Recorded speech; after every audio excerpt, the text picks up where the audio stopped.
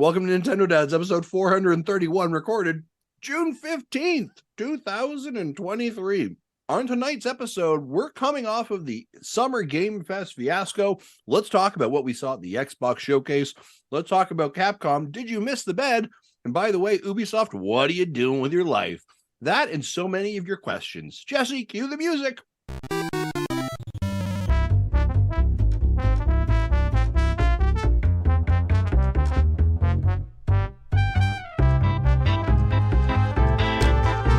Welcome, everybody, to the Nintendo Dad's latest episode on June 15th, 2023. I'm one of your hosts, Tim, with Justin and Jesse on this week's episode. How are you gentlemen doing? Jesse, how you doing? Let's start with you. So pretty Justin good. Can finish chewing. Yeah, we kind of caught him off guard with the music. He wasn't ready for it, apparently. But yeah, I've had this week off of work, so I was able to kind of do things that I normally wouldn't be able to do. I saw the Flash movie this afternoon, where ordinarily nice. I wouldn't be able to see it until Friday night or the weekend. So I've already seen that, and I'm two thumbs up on that. I went to a Royals game last night. I talked about a bit on that in the baseball Discord. I got tickets from my work for their season tickets. Every once in a while they say, who wants to go to baseball this night, and everyone replies his name in the hat, and they drew my name this time. So that was Nice. kind of a boring game up until the ninth inning. When the Reds score 7 runs and 6 of them are by home runs, it's not very exciting. Yes, that makes sense. Yeah, but the Royals at the end got it to, I think, 7-4 and a bases loaded. So a well-placed home run would have won the game, but that didn't happen. Oh, dang. That would have made it certainly exciting for sure. Yeah. I had a pretty exciting afternoon today. I mean, this week was a normal kind of like week, but this afternoon we had a storm come through, and all of a sudden the tornado sirens started going off. Ooh. And it was like, okay, everybody in the basement. And I was in the middle of our work was having like one of those town hall type meetings. So it was like the big boss was in the room and giving his, talk and everything like that. And I just went in the chat and was like, because we're all there, and he's expecting everybody in the town hall like show their faces and all that kind of stuff. So my camera's on, all that kind of stuff is, and the siren's going off. So I'm just like, I just put in the chat like, where tornado sirens are going off, I gotta go. So I hung up, and as I'm getting ready to hang up, I could hear him because he was talking. He was like, "Oh, one of our employees has got some tornadoes going on over there." As I'm hanging up, I'm hearing him saying that. So it was kind of interesting. But I did get to join back on my phone, and they were like, "You didn't get taken to Oz or anything, did you?" So it was kind of funny. Right? Exactly. So Justin, how are you doing? Well, now that I have finished dinner, scarf that down very quickly. I'm doing great. Interestingly enough, we actually had a tornado warning here yesterday as well, actually, in Alberta. That's crazy. In Alberta, we had the Environment of Canada warnings come across. So didn't have to take refuge or shelter, but nothing touched down near us. But yeah, those are kind of crazy things to happen. But and then today, actually, wildfires are pretty bad here in Alberta, more northern Alberta than south, but the winds have picked up. And so right now we have a air quality warning here. Obviously, most people probably saw the photos, I imagine, of New York last week. Fires in Ontario and New Brunswick, I believe Nova Scotia as well. But we do have some fires out here in the west, but nothing near me. But the air quality was a little bit tough, especially this afternoon. And I was out doing rugby training with the kiddos, so that was voice a little bit throttled, but doing all right. Yeah, we've been seeing the smoke here too in Michigan. Mm-hmm. So yeah, it's one very of our interesting. Greatest exports. Smoke. Thank you. You're yes, welcome. thank you. You've given so many unhealthy things to us, USA. We yes, give you back some smoke. Thank you very much. You're welcome. You're welcome. Thanks for giving back. We try. We are generous people that way. We are very generous. And all right. Speaking of giving back, let's talk about some more summer gaming news. Let's do it.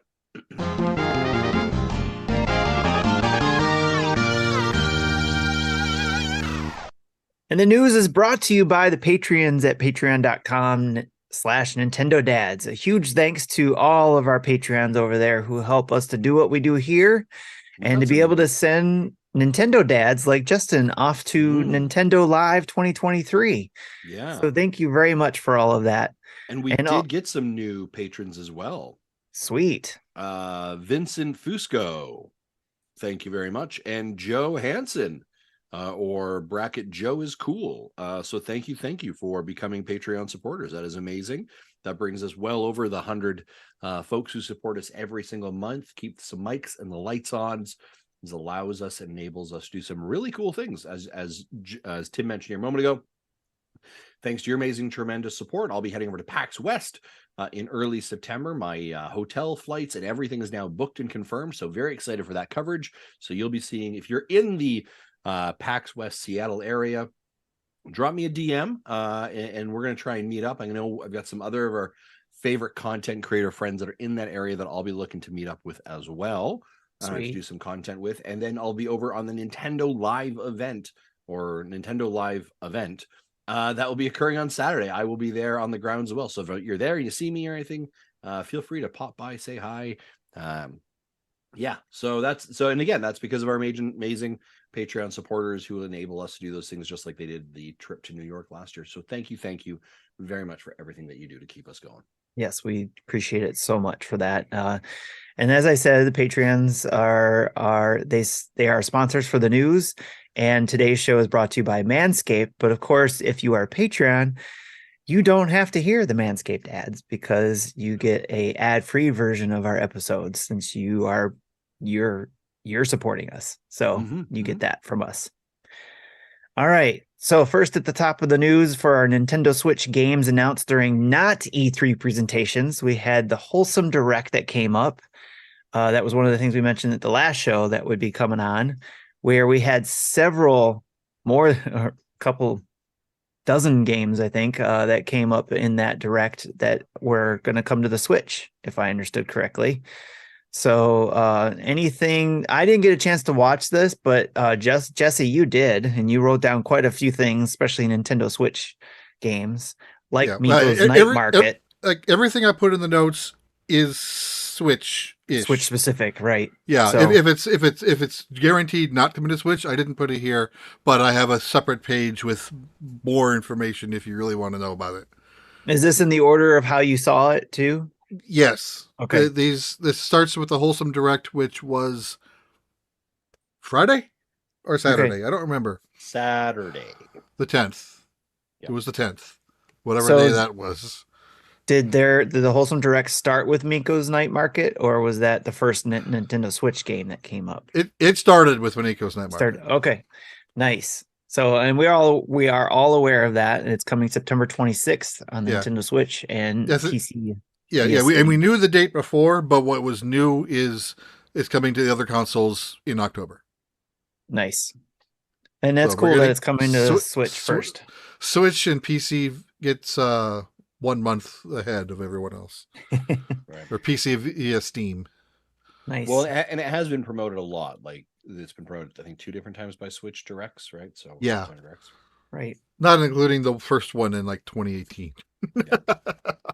So there are quite a lot of games here from that Direct. If anybody is interested in listening, whether they're a Patreon or in our Discord, if you'd like a copy of this list, just let us know and we'll post it in our Discord. Yeah. Or if you're in our, however we need to post it, we'll figure out a way. That way we don't have to go through it. But I wanted to ask you, gentlemen, is there anything here that jumps out to you on this list? A couple for me that I'd probably put on radar that I think are great. Little Nemo and the Guardians of Slumberland. This was actually a Kickstarter game that I funded. And so I'm very aware of it coming up. But Little Nemo was a game that I played on the NES, which was so fantastic. I absolutely love the game. I love that game. So when I heard they were sort of doing an inspired buy, now they're using the actual IP, the property. I have to actually go in and take some research about how they were able to acquire that. It caught my attention enough that I said, here's some money for it early on. Right. So that was good. Great to see. And I know some people loved A Little to the Left. Cupboards and drawers are getting a DLC at the end of this month. That was not a huge one for me, but I'm glad that I know people did enjoy that. Fall of Porcupine is actually out now. It's actually out today. And we may or may not have a first look on our channel here in the next couple hours. So you can take a look at that if you're interested in it. Let's see what else caught my attention here. I'm Moving Out 2. Of course, I played Moving Out 1, and this is Overcooked. This is couch co-op madness. This is families yelling at each other.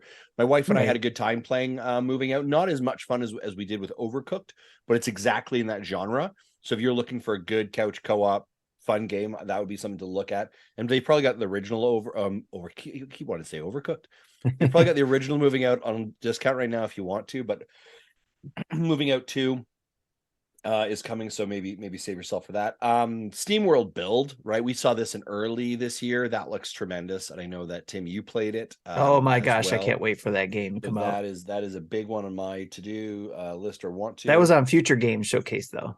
Yeah, that was. Sorry, I just assumed we're going through the entire list, so I apologize. Sure, no problem. Yeah, that was also one of those things too. But any of these shows, if anything jumps out to you guys, 30XX. This is definitely a Marty game. That's a Marty game. This is not really even the PC gaming show. Yeah, PC gaming show. I'm not really even hiding that this is a Mega Man. Oh game. no, it looks like Mega Man and Base from X, I think. Yeah. But they were like, we are not Mega Man characters. Yeah, exactly. We're not Mega Man enough that you can't sue us legally, but we are definitely skirting that line. I'll tell you that right now. Right. Prince of Persia. This is from the Ubisoft Forward, Lost Crown, that we talked about last week. And I saw the extended play of that in the Ubisoft. I was like, yes, like, please sign me up. Yeah, whatever you need to do. And then as we moved into Capcom, nothing there really interested me. There's a bunch of other games that are out that are coming out that we still don't have like hard and fast dates for that interest me. So like Gumbrella is a great example of that one. The Plucky Squire is another one of that. So there's I think there's a lot of content coming soon, but not a lot of these. Like there's some here that popped my interest. I think there was sort of an interesting commentary, and maybe I'll ask you guys to think about this as well. Didn't see. I mean, this list is good, but are we starting to see companies just starting to not support the Switch in the same way? Right? Capcom didn't have a lot. Ubisoft didn't have a lot. Now, I'm not expecting anything from Xbox, right? But even as you think of the Summer Game Fest, right, there was a couple of Switch games there. Indies are more apt to support, which we see a healthy list here. But have the other companies now just kind of said, no, we don't feel there's no money there's no oil in those hills, so to say. So we're not going to move that way. Is it that, or is it obviously indie companies won't have the latest dev kit where the bigger companies would? So if they got a new dev kit for a new system, I was going to go there. Then that's why they wouldn't be building anything for the current Switch if there's something on the horizon coming up that we're not aware of. Yeah, just like with Nintendo, we know after Pikmin, we have no firm dates on anything, and we only know of one or two game. I think one game in development, Metroid. So their resources have to be working on games for the successor's launch. Yeah, for sure. Hambone Johnny calls out a couple of great games here in the list as well. Where's Pepper Grinder? What about Bomb Rush? Comes out in August, right? So there's a lot of really great games that are still on the docket. So I mean, it's like I don't think we're hurting. No, we're not. Like, it's definitely not a lack of content, but I think you could definitely kind of like I was listening to a lot of shows today about Summer Game Fest, and that was a great question. I was like, oh, maybe we're starting to see a bit of a shift here. Again, indies shift is a very good word for that. Yes. So, yeah. So I think the one game that was kind of the big surprise to me, I wasn't expecting, was the Ace Attorney Apollo Justice trilogy. Didn't we find out about Ace Attorney? Oh, that was Professor Layton. I'm sorry. Never mind. Yeah, I had just bought when the eShop closed for the 3DS. I had bought those same games, because I was like, Especially the dual one was like, oh, I need to Dual get that for Destinies. I need to get that one for the 3DS because I'll probably never see that Yes. again. So this is basically the second trilogy, games 4 through 6, Yes. where Phoenix Wright is not the main character, but he still is involved. Yes. I probably won't double dip on that, but who knows? I still have the ones I got on the 3DS that I want to play, especially Dual Destiny. Yeah. I don't know if I'm going to buy them because that's a lot of game, and I barely even scratched the surface on the latest tourney game I bought. That came with 2 games. So out of all the shows, that was the only thing that jumped out to you. I know, really? I know you. Yeah, You because 3, most possibly. Okay, let's back up to Xbox. Okay. When Persona 3 Reload, which is like a modern remake of Persona 3, no FES content and no portable content. So a lot of people are kind of griping about that. But it's got, I think it's using the Persona 5 engine. And that originally was announced only for Xbox and PC. Later to be announced that while it's not coming for Switch, there's a Spanish retailer, Extra Life, and probably other smaller retailers posted it. Probably speculation on their part without knowing one way or another. But it's also possible that Nintendo might announce it later. We've seen that before. Persona 5 Tactica, again, originally announced for Xbox and PC only. It kind of looks like the Persona Q art style, smaller, chibier characters, with a play like Fire Emblem. This is announced for Switch. That's coming in November. And then another game from the same team called Metaphor Refantazio. I don't Bless know. you. Thank you. So far, that's also currently Xbox and PC only. But it looks like Persona 5. It looks like it could work on the Switch. Might be in the future later. I don't know. That'll be releasing on Xbox and PC next year. Okay. Yeah, like I said, I thought that we would get a partner direct, and so we might see that some of those things in a partner direct. And then later on, around the live event, then they would get a Nintendo Direct. And again, the rumor mills are spinning again, right? I've heard, I've seen a couple things online recently that, we should expect one. Maybe I'm hearing rumors of next week. I think last year, and maybe Jesse, keep us honest, or you able to do a quick Google search on this? I think last year the Nintendo Direct was the end of the month. Like I want to think it was like the Thursday before the end, so that may have been June 28th. Yeah, it was later on. I just don't remember if it was later on in June or July. And again, if you think about it, this is the conversation that we've had about why, and Nintendo doesn't need to go when everyone else goes. No one needs to go when everyone else goes. Nintendo Direct Mini Partner Showcase was June 28th last year. June 28th. There you go. Right. Yeah. So, do we suspect we'll get one there? Tough to say. I don't know. Possibly. This is the thing we talk about, though. This entire week, if you look at this, there's so many games, it all kind of becomes a bit of a blur. If Nintendo indeed does wait till the end of June, what they've done is they've created space for themselves. Yes. They've created their own PR moment, which they already do for every direct they place, right? But hey, I know y'all fatigued. You didn't hear any of that, or you just kind of come off that stuff. Let's give you 2 weeks, settle in. By the way, here's what we have. Welcome. Right. And I think, and I know Annapurna has theirs at the end of the month as well. So there may be some, and I'm sure Nintendo, when they set their stuff, doesn't really care about anybody else, if I'm being honest. Yeah, we have that in our events that Annapurna is coming June 29th. So I think everyone's like, oh my gosh, Nintendo will give us a direct in the next 6 weeks, I'm going to suspect. And I know that may seem like such a broad stroke statement, but they are not going to, by the end of July, as Jesse had said, released everything that's known in their catalog and do nothing and not communicate. Now, here's the other. Now, let me also clarify this. They actually could. They could do nothing and just write out the rest of the year and be like, yo, you remember how we gave you Tears of the Kingdom in May? We good. Right. But I don't think that's what they're going to do. we normally we get like a direct like a week or two after the last big release. Yeah. I don't think they're going to market everybody went to Switch at all. No. Oh no, no. I don't think they're as confident in that as so that puts us end of July. Yeah, July 21st, right? Is Pikmin. Yeah, but I mean, a week or two after Pikmin will be could be early August, the next direct. Yeah, if that pattern in big air quotes, because it's not really a pattern, right? Nintendo will Nintendo. Yeah, Nintendo will Nintendo. Do we guarantee they're gonna do anything? I don't guarantee anything. They could. I mean, they could also at the same time do nothing and just be like, "We will talk to you in January."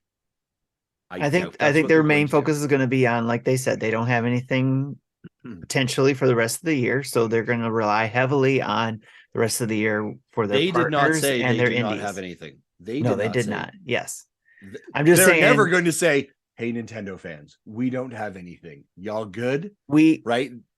My point is that we're going to get a partner direct because they want to promote the partner games that will be coming up. Then we'll have in September, we'll have the Nintendo's direct to talk about the holidays. Yeah.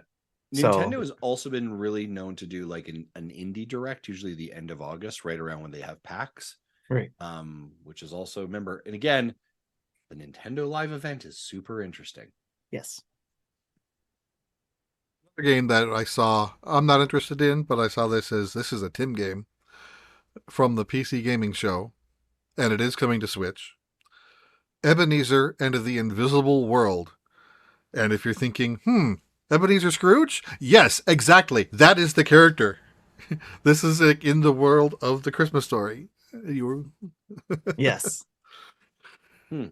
Yep. And you sent that information to me too, and I was like checking that out. That was pretty cool. Yeah, it's like a Metroidvania type of Metroidvania game. And on the Christmas Carol story. Yeah, that works. I heard a lot of positive things from Mecca, it's not Scrooge McDuck, it's Ebenezer Scrooge. I heard a lot of positive things from Tim from Kind of Funny Games. And he had played Disney's Illusion Island, and he spoke very, very highly of that. Nice. I was wondering about that one too. That's coming at the end of July. Sweet. Yeah, it's not like there's a lack of content. No, this is what we were talking about in the pre-show, right? It's like we got all these systems, or at least this is the first time I've had all three systems in my life, and I can't do it. There's too many games. It's like I have access to be able to play all the games I want, but I can't do it. It's like it's almost better to just have one system because it's like then you can concentrate on the games that you can play, and then if you can't play the games that are on the other system, you're just like, oh well, I can't play those. I have more time to play the games on the one system I have access to. I think he froze. That's an interesting face to freeze on there too. He's just like, really? Yes. So, but yes, a couple of games that I was interested in that popped up on the list is at the Future Games Show is Leica, Aged Through Blood.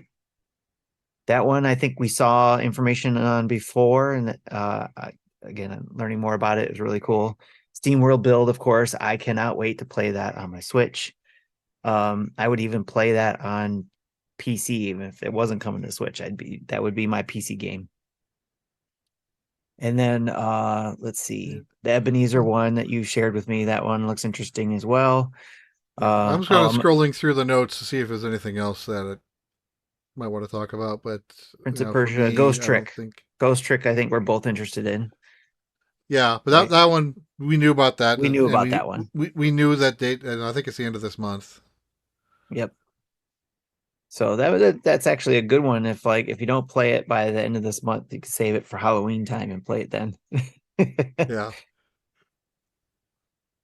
But yeah, there again, we had the Wholesome Direct that happened, Future Games Showcase, Xbox Game Showcase, which I am, even though it's not a Switch game, I am very interested in Starfield. It'd probably be one I don't actually get. Although I really, really want to play it, I just know I'll probably buy it and end up not still playing it. So I'm like, I probably should just save my money. Yeah. So, but that one. Well, the games that are a lot of these games will be coming to Game Pass, so you can at least play that with a subscription True. without having to buy it. Like like all three of the Atlas games I talked about, the two Personas and the other one, those will all be on Game Pass. So this is my thought process. Is like if I don't buy the Game Pass, like if I just use the money that I would normally use to buy a Game Pass to buy, a one-off game like Starfield, that will last me a long time. I'll own it, and then I just play it. Like Right.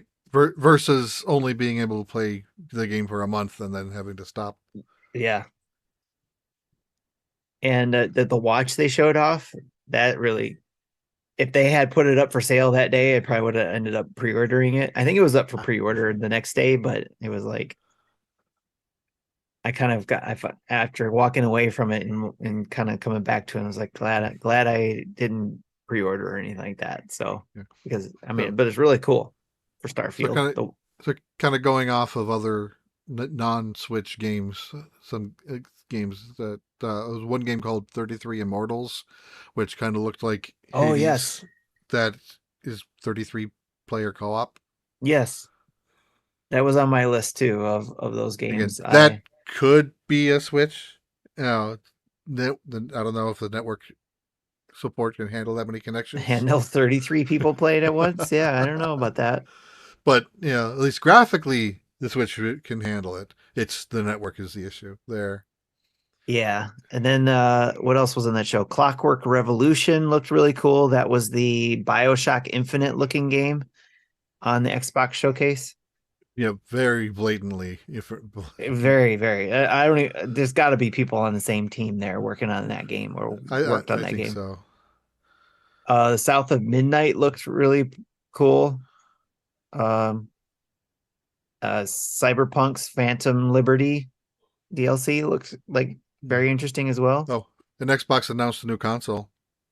Yes, they did. What do you think of that, Justin? The new colorful console? The new black. Carbon new black. And I like the white. I'm gonna be honest, the whites look good on my desk. Yeah. But yeah, there is the Starfield consoles too. That Starfield controller looks good though. I'm gonna tell you that right now. Or what about what was the special editions, the one-offs, 75 Porsche ones? Yeah, they're on Porsches, right? Yeah. If anyone wants to send this guy the Starfield controller just because you like to, just DM me. I will send you my address. That is a sick controller. Speaking of, so you just reminded me because I forgot last week. Speaking of people who send you stuff, right? Awesome gentleman who watches or listens to our show, Joe, he pinged me and said, "Hey, remember that episode you and Marty said you guys were looking for the Hot Wheels Yep. Super Mario car?" Yep. I was like, yeah. And he was like, I found one. You want it? It's like, yes. Wow. And he sent it to me. And he was like, don't worry about paying me for the shipping or anything like that. It's just yours. I was like, that is freaking awesome. So thank you very much, Joe, for that. I meant to shout out you last time, but very kind of you. And Joe, I'm a happy owner of the van. Yeah, I'm a 3632 for pants, and I rather enjoy a nice inseam. Yes. Yes. Kidding. Yep. So yeah, if anybody's got the hookup for those 75th anniversary Porsche Xboxes, if you win that and you don't want it, you can send it our way too.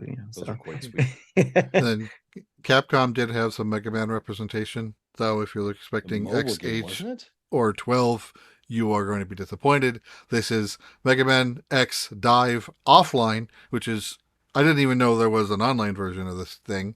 So this is basically now an offline version. And yeah, it's mobile and Steam. Did Marty happen to film a reacts to this? I would like to just snip that out because I'm sure just the emotional, that Chris Farley gif where he's looking at something, he's super excited and is you can just see the life drain out of it and just turn to disappointment. Yeah, I can only imagine. You and I have both had videos like that in the past. Yes. Yeah. Yeah. I can't remember what mine was. What was Donkey Kong. It was Monkey Balls. Right. Yeah, that's right. And mine was Final Fantasy. That was last year's E3, wasn't it? Yeah. Yes. Yeah. One other game I want to call out for the showcase because I thought it was really funny too. Because I was watching the Game Pass news guys go over it, and while watching that, I was watching the chat, and other people brought it up too, but when they were showing off City Skylines 2, Hambone Johnny comes in and said, "This is Google Maps, the game." Nice. I thought that was great. So, but the game looks pretty cool if you're a SimCity fan, you know, that type of thing. That they got a Cities Skyline 2 coming out. There was also that game Just saw it. Yeah. Yes. That looked really cool. That looked did. really good. That one did. And then, of course, our friend Bruce excited about this one, Star Wars Outlaws. That one looked pretty cool good. too. That looks really good. There's a lot of good content. I like out of all the stuff I watch, I think Xbox delivered this year. I think they delivered in a presentation. Yes. It's probably a lot of games we can play everywhere else, but I'd make the argument that last year I think we thought they delivered also, and they're like, and all of these will be out in the next 12 months, and they completely missed the bed. But I think for hype, I think for pace, presentation, all of the marks, I'm going to give it to Xbox. I think they did a fantastic job. And then to transition into like a 40-minute direct on Starfield. Yes. By the end of it, I was like, I want to play Starfield. Right. Yeah. I wanted to play it. I wanted to get the special edition 100% with the watch and the controller. But you got me like 100% all in. And I was like, now, Tim, you and I were talking the pre-show, right? And again, if you're a Patreon subscriber for over $10, you get the pre-show for free as well. So you already heard this conversation. But I was like, my biggest concern about this is if it misses, right? Yes. We have, CD Projekt Red and Cyberpunk. Everyone is like, this is too good to be true. This can't be right. This is too amazing. And they were right. It failed. Right. And I think Xbox knows that this is their crown jewel. Like they have put everything that they can in this. And Bethesda has also had some misses, though. I think Fallout 76 or Fallout 76. Yep. 76 was not received well. That did not do great. Mm-hmm. So there have been some of these misses, and Xbox is in a situation right now they really can't miss. Yeah. Especially with even the leeway that a lot of people have been giving to Bethesda for their bug-ridden games, riddled games that they release. But it seems like that's why we got the delay, I think, to clean up some of that, I would think. But then like you flip this to like Tears of the Kingdom, and Nintendo admitted like it was done for a year and we polished it. Mm-hmm. How long has Starfield been done that you've been polishing it? Because Starfield has got to be bigger than Tears. I don't think it was done. I think it was just they had to polish it more. Right? So I like here's the reality. I really hope this comes out and it's a 10. Right? I really hope it hits every mark and meets every expectation, because what they're in some ways you look at it, you're like, is this what No Man's Sky was trying to be? Right? And there's another great example, No Man's Sky, a game that you see things, you're like, oh my gosh, this is incredible. And then it shows up the original launch, when originally launched, right? And it was not that.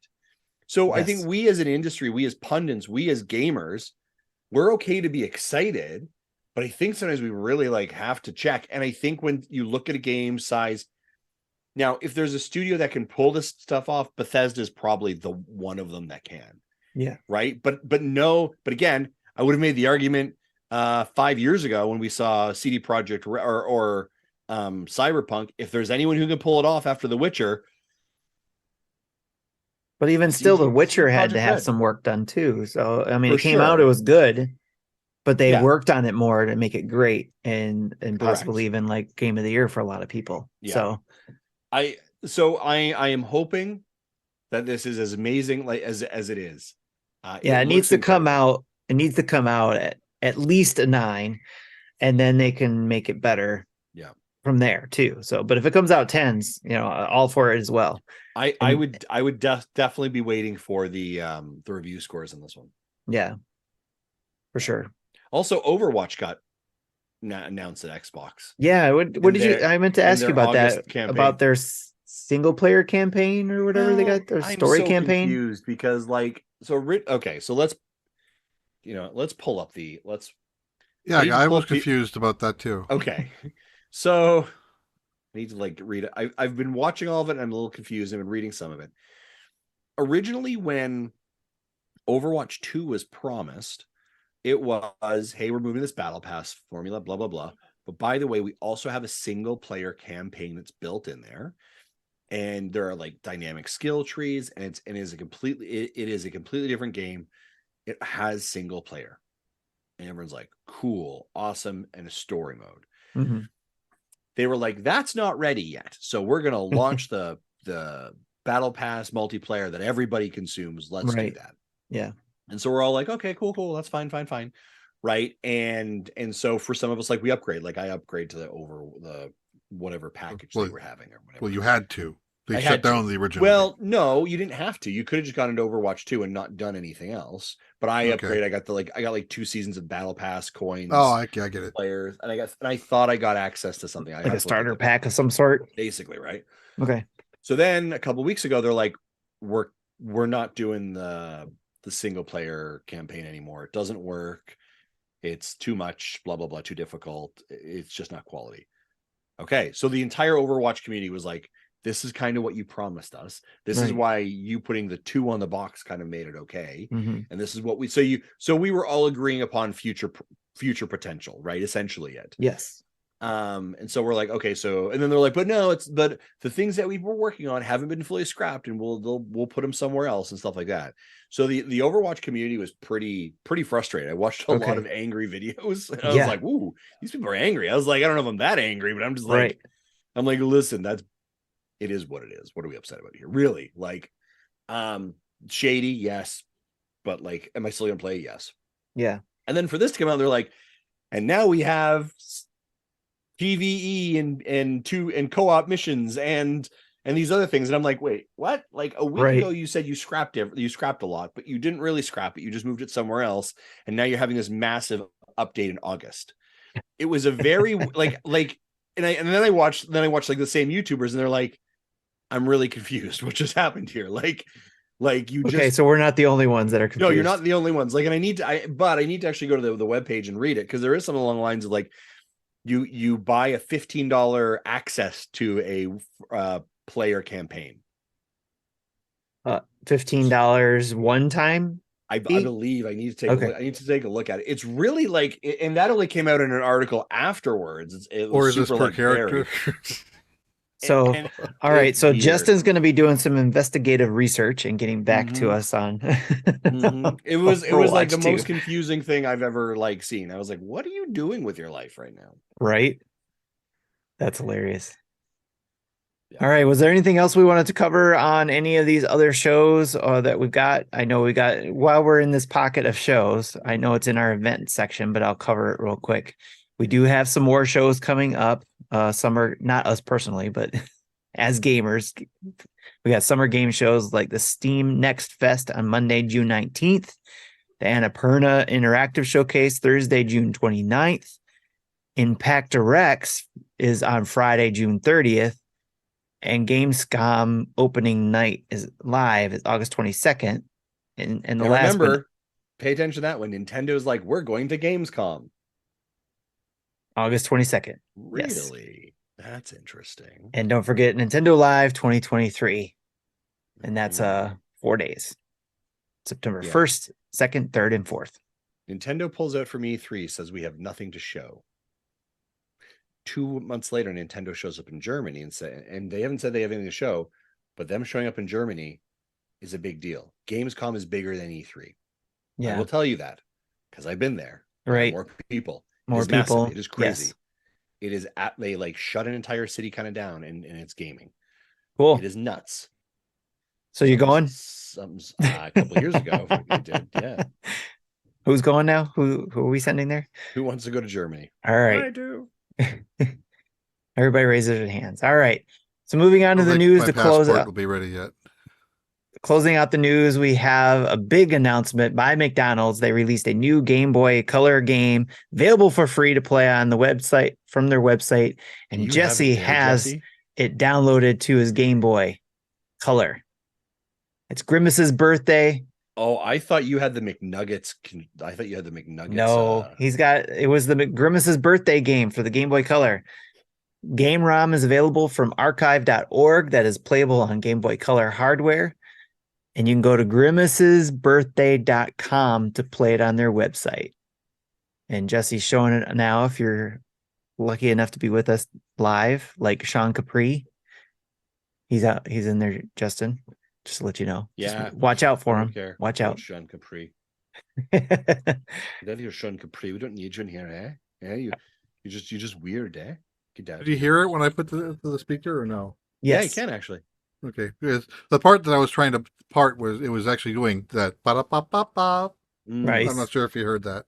Do we have a live stream of you playing the Grimace game on screen, Jesse? Because I think we should. Not yet. Listen, you're off this week. You're off this week. Don't tell me you don't have time to play Grimace. You'll have to do a mobile on a live setup stream. since you don't have your connector. Well, It's a web based. It could Oh, be. that's true. It can be played on the website too. That's true. All right. Speaking of Game Boy games, Chat, let us know. Do you chat? Let me know if you want to watch Jesse play some Grimace on stream. Just chat. Yes. Jesse does a Please, let's yes. play of Grimace's birthday. Sounds fantastic. Fun. Sean says I'm coming in a bit low. There you Give go. a- Sean, is that better? Are you listening to me in your ear holes? Is that check? Don't get sick in New York, Sean. I don't have Pedialyte and Pepto and crackers for you. All right. We can't save you today, sir. Another game release we just got announced before we started the show was Fire Emblem for the Game Boy Advance is coming June 23rd for the Nintendo Switch Online expansion pack. So Apparently, Japan's getting 2 Fire Emblem games. I'm not sure what the other one is. It might just probably is a game that never came to North America, which is why we're not getting it. That could be. Yep. So just to let everybody know too, who listens to us, and if you happen to be on Twitch or YouTube or anything like that, myself, Chris HL, and Shannon, Spider Shan from our Discord community, Spider Shan does whatever a Spider Shan can. we've been doing Friday night NSO live. Yeah, you have. We did a couple streams. We did a stream of Zelda like a couple months ago. This time we did one of playing Mario Party and a little bit of the Mystery Tower game too, I think. So maybe we'll play this one on our next NSO, which right now we're planning every second Friday of every month. That will Live from Nintendo Switch Online. It's Friday night. Yes. And then I just popped something Nitro up. Deck. What is Nitro that? Deck? Hey, Jesse, can you click on that link and can you share screen? I saw this show up this last week and I thought, boy, there's a really interesting accessory for the Nintendo Switch that has recently been revealed. This might have our attention. And so the Nitro Deck is a one-piece establishment that you slide your Nintendo Switch screen into, but they are drastically leaning into nostalgia. So they have like a GameCube versioning of it. They have a Nintendo, Super Nintendo, and they have like translucent colors from the N64. Jesse, you sharing this screen? You saw that too, huh? Oh yeah, there you go. Sharing Yeah, it to OBS, not you are. Yeah, I see that. Awesome. I like that. Yeah. That is pretty fantastic stuff, hey? Like that's and right now it's available. Talking about these, and there's a limited run one. There's a limited run one. They have cases. There's actually some of them are already sold out. But I thought I'd share that. It looks really interesting. I should have bought it when I was looking at it. Darn it. I saw it making its rounds on some of the like IGN last week, and I thought, oh, that's interesting. So Justin, I sent them an email too from our Nintendo Dads account, hopefully for a response. So wonderful. I'm hoping we get something there, but there is I was hoping to get one of those limited run ones, but I should have ordered it when I saw it. So yeah. If this is what I think it is, it's basically like the Switch docks into it. Yeah. So the Switch thinks it's docked with Joy-Con, but you're playing it with a more firm grip controller that with a D-pad. Yep. Yeah. Kind of it like uses the HAL ones too. So this particular set uses the non-friction joysticks. So there shouldn't be drift. It shouldn't be an issue of drift, folks. So Nitro Deck, those are two separate words, is what you would be looking at. CRKD. Check them out though. They look really interesting actually. Would love to see getting their hands on it to see how it actually performs. But yeah, I was thinking about picking up the like I said, I couldn't decide on the limited run ones, but apparently now I can because they're sold out. So maybe I'll pick up the Super Nintendo looking one. Yeah, do it. Also, hey, I want to say this right now, Jesse. I was just watching this on Twitch. What a nice fade. What a nice fade from share screen to 3. If I don't give you a round of applause enough, that is a great job, buddy. Man, that is some good OBS producing. Man, again, 8 years running employee of the year. That's why, ladies and gentlemen, you watch that. It was smooth. Some people could learn a lesson. You know what I'm saying? Woo! Some people could learn a lesson on how to do that. Well, I have their attention. I'm going to take a moment to walk down this path here. Sean Capri and Seth, I see you're in our chat. Don't run away from me, you little hooligans. Have you put in your applications, and am I going to see you at PAX West or not? Let me know in the chat. All right, are you coming or not? You going to be there? You going to hang out? We're going to drink beer together? Are we going to touch together? What is going on? Are we doing panels? What's the plan here? Doing some live from the show podcasts? What's going on? All right, because ladies and gentlemen, that's true. We could be doing some live stuff from PAX West with these yahoos. We put in for it. You shouldn't have asked if it's in yet. Yeah. All right, moving on. All right. Since we have our guest in the chat, maybe this is a good time to break out for our ad break from Manscaped. That sounds like a fantastic idea. Ladies and gentlemen, support of today's show is brought to you by Manscaped. Ladies and gentlemen, in just a few days, whenever you're listening to this, is Father's Day. This is your warning. If you haven't got your Father's Day gift already, you need to figure out, maybe your dad doesn't want anything. Maybe he's a silent type who just sits there and says, no, your love is enough. Your hugs are enough. Your gratitude is enough. Let me reassure you right now, he's lying to you. It's not enough. But what might be enough for him? Manscaped. All right. And Dad's Father's Day is just around the corner. And you haven't gotten your dad anything, well, don't you worry, because that is what's going to happen. You are going to head over to manscaped.com, and you and I both know that he probably needs some serious grooming in his life. Dads are weird. They're kind of gross. They've got hair coming out of everywhere.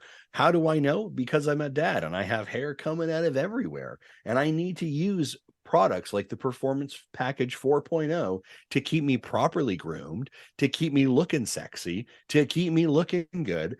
And who does that? Manscaped.com does that for me every single day. All right. So here's the deal. You know what? Head over to manscaped.com, use the promo code NINDADS, NINDADS, for 20% off and free shipping. Now, listen, folks, maybe your dad really doesn't want anything. All right. What about your brother?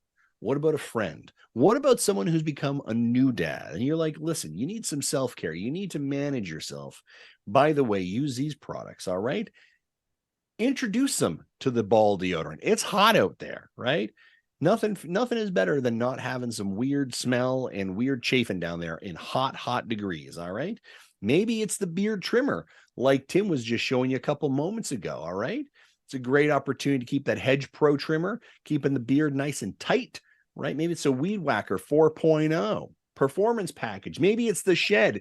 Just head over to manscaped.com. Type in manscaped.com and you're going to find a ton of products. I can guarantee you're going to enjoy a couple of them because I enjoy all of them. Do it and use that promo code NINDADS, NINDADS, for 20% off and free shipping. What more do you want? Seriously, do yourself and your dad a favor. Tim, back to you.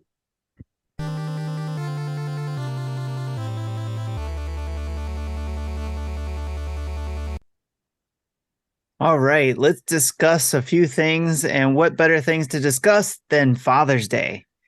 What a convenient segue. Yes, let's talk about that. We've got a few topics to talk about because it is a special day. I mean, we are Nintendo dads after all, so we look forward to Father's Day. It's our holiday of the year.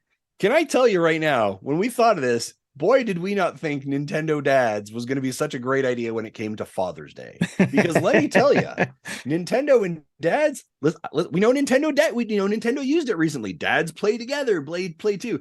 Do you know how many emails we get around Father's Day of saying, "Hey, are you doing a Father's Day promo for gift ideas or things?" Because we think our game should be on your list. We've literally been asked before to provide a list of great Father's Day stuffs. Who would have thought Nintendos and Dads literally almost get their own day of the year? That is smart SEO.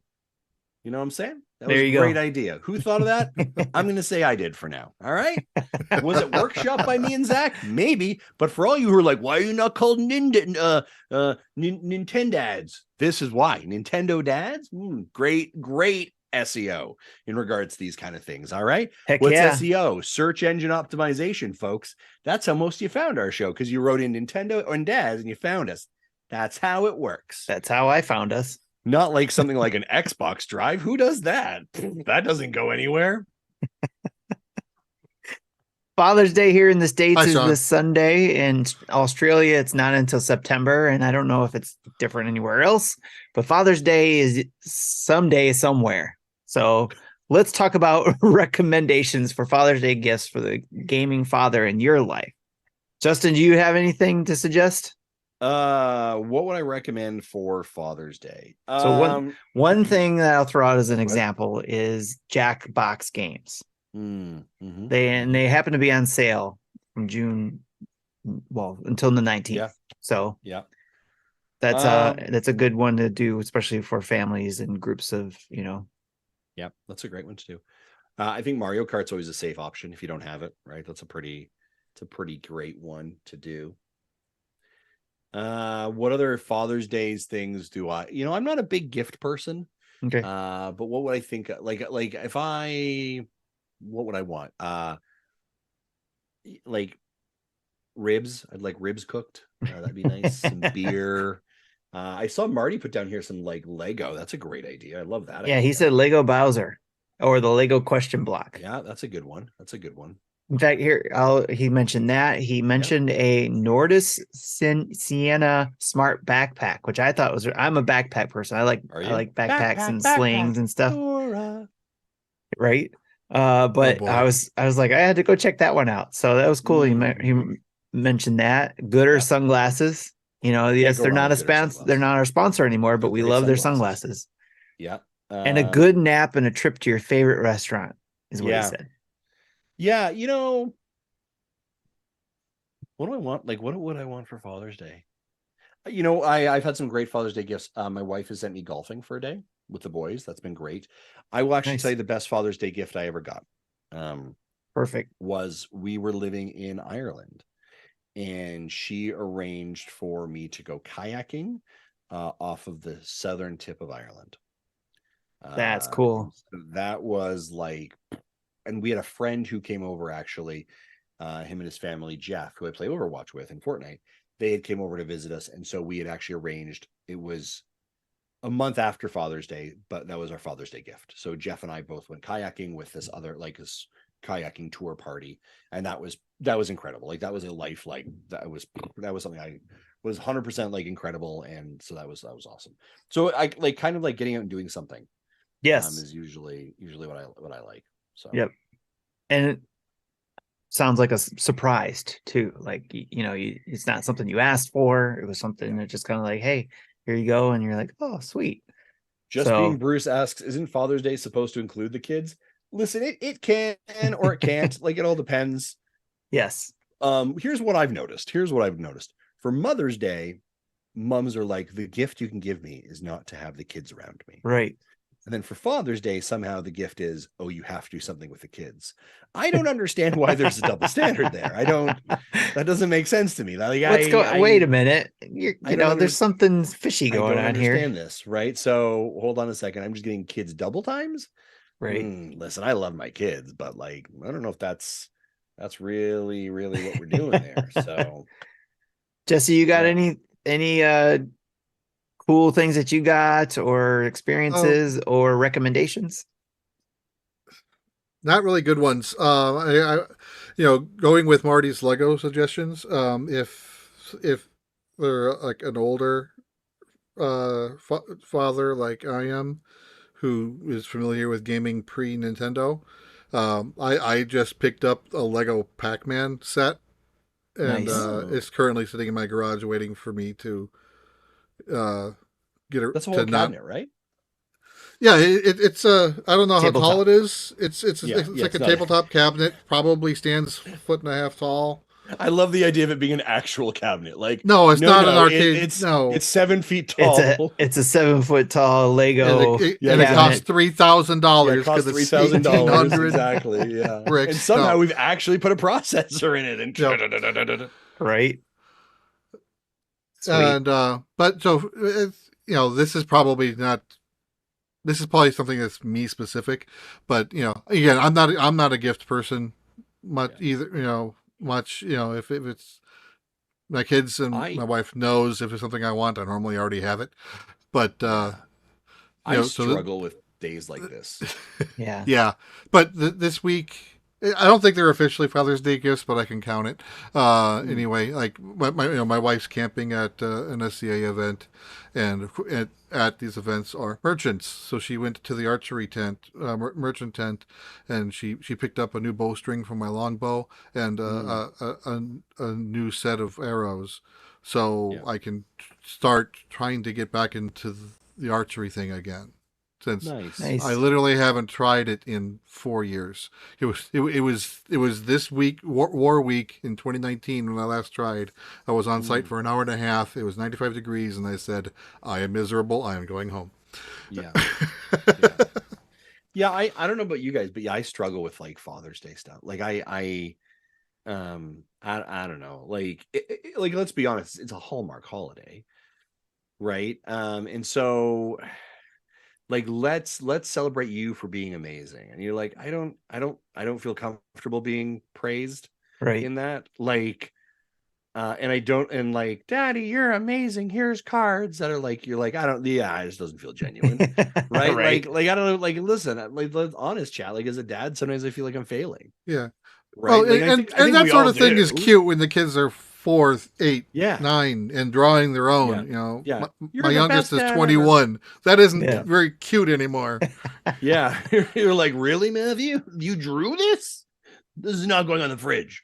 Yeah, like I don't know. Like I think I sort of struggle with that, and sort of like the architecture or archetypes that dads are expected to sometimes be or do, or I don't know. Like I just don't like the holiday. I don't like it. To be honest, actually, like on Sunday, I'm not even like I'm because of some other plans that we have. Like my wife and I are traveling back from British Columbia, and my kids are at a camp. Yeah. So maybe when we pick them up, they might say Happy Father's Day, but I have no expectation for anything, right? Yeah. Like as a matter of fact, I just don't like it.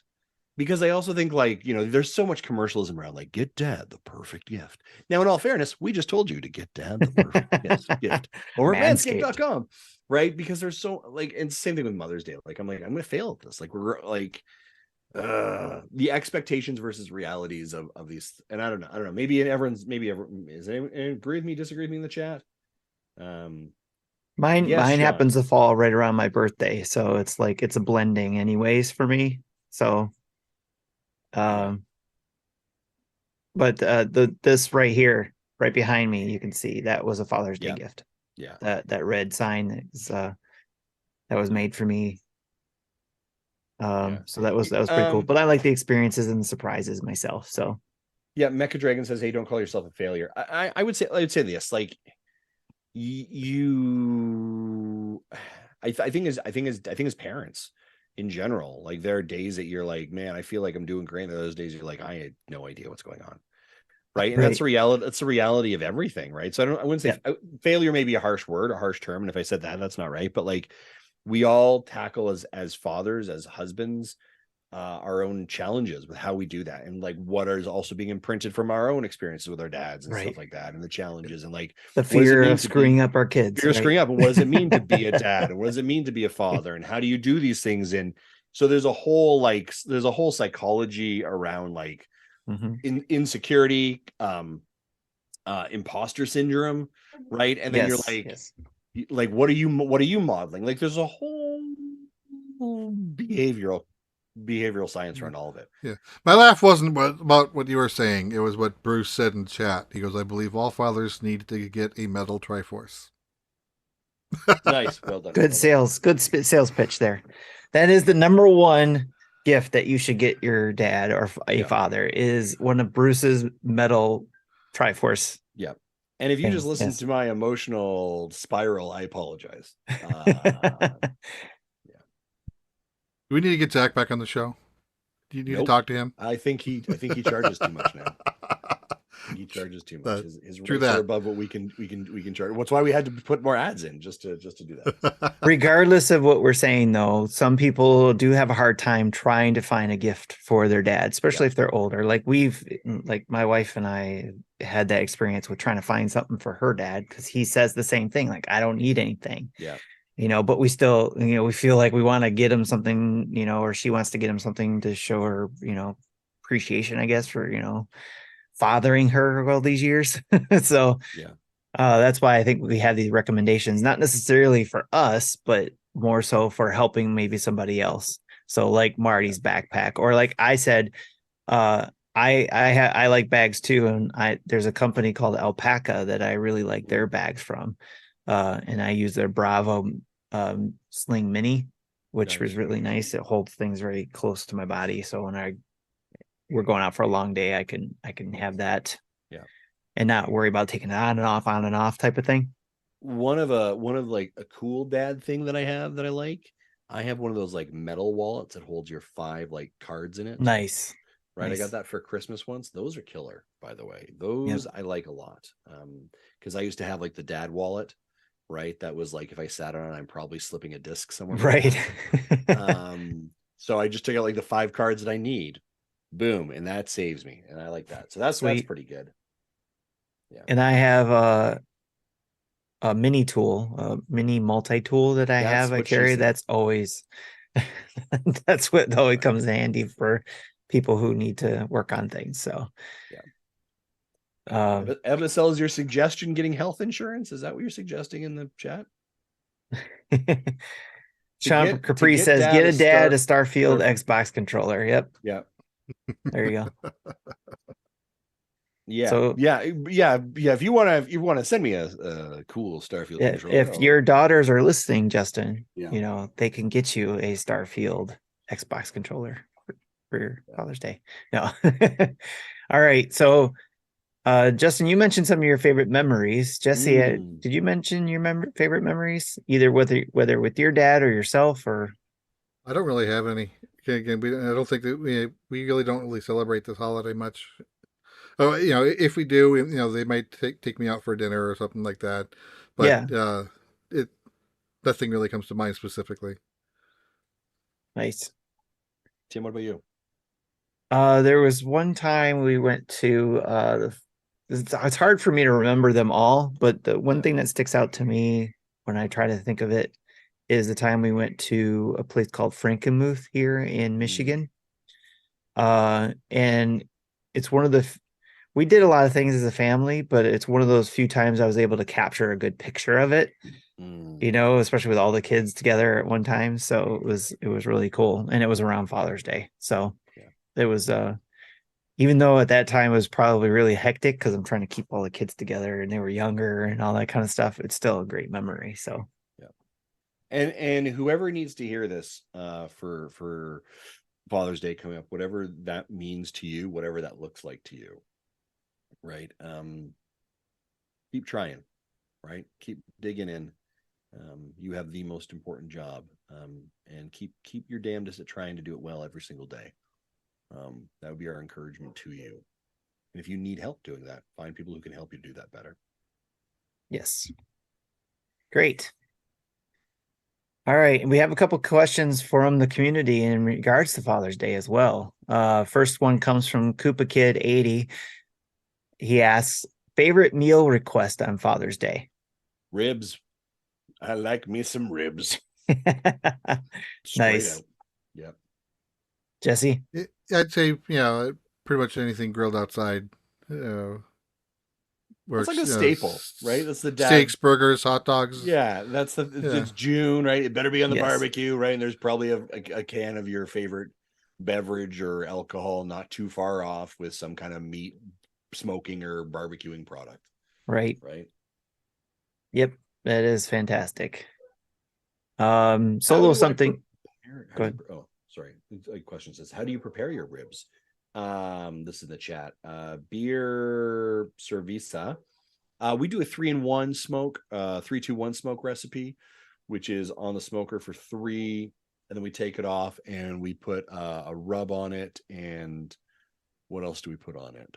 Oh my gosh, I can't remember. My wife helps with it. Actually, I'm gonna be honest with you, my wife does most of it.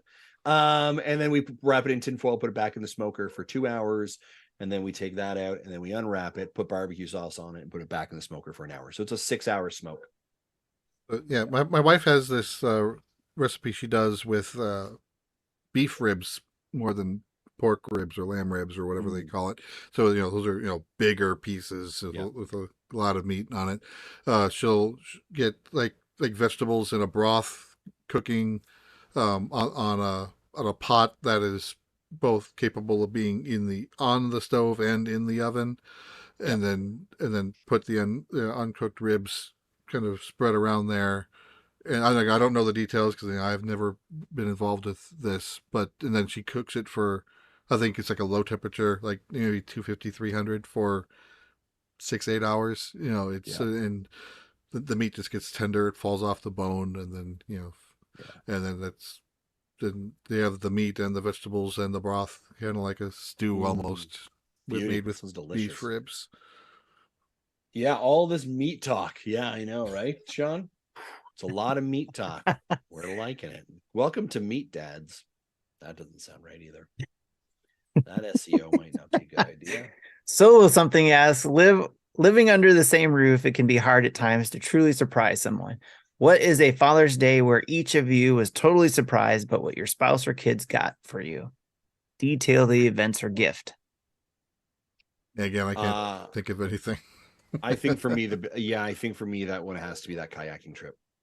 Nice. That was that was pretty unbelievable. And then my wife was like, and by the way, you're doing it with your friend Jeff. And I was like, holy cow. And then she's like, and so we're gonna watch the kids and you guys are gonna do this. And so it was just the time and energy put into to do that, to allow the space to, and she just knew that was something on my bucket list that I really wanted to do. It was really important to me. That was pretty amazing. That's fantastic. Yeah, I think in my case, since my wife knows I don't like going out, I'm not very outgoing. I think her version of that would be, I'm taking the kids out for a while, enjoy the time at home quietly. Yeah, that's fair. Tim, what about you?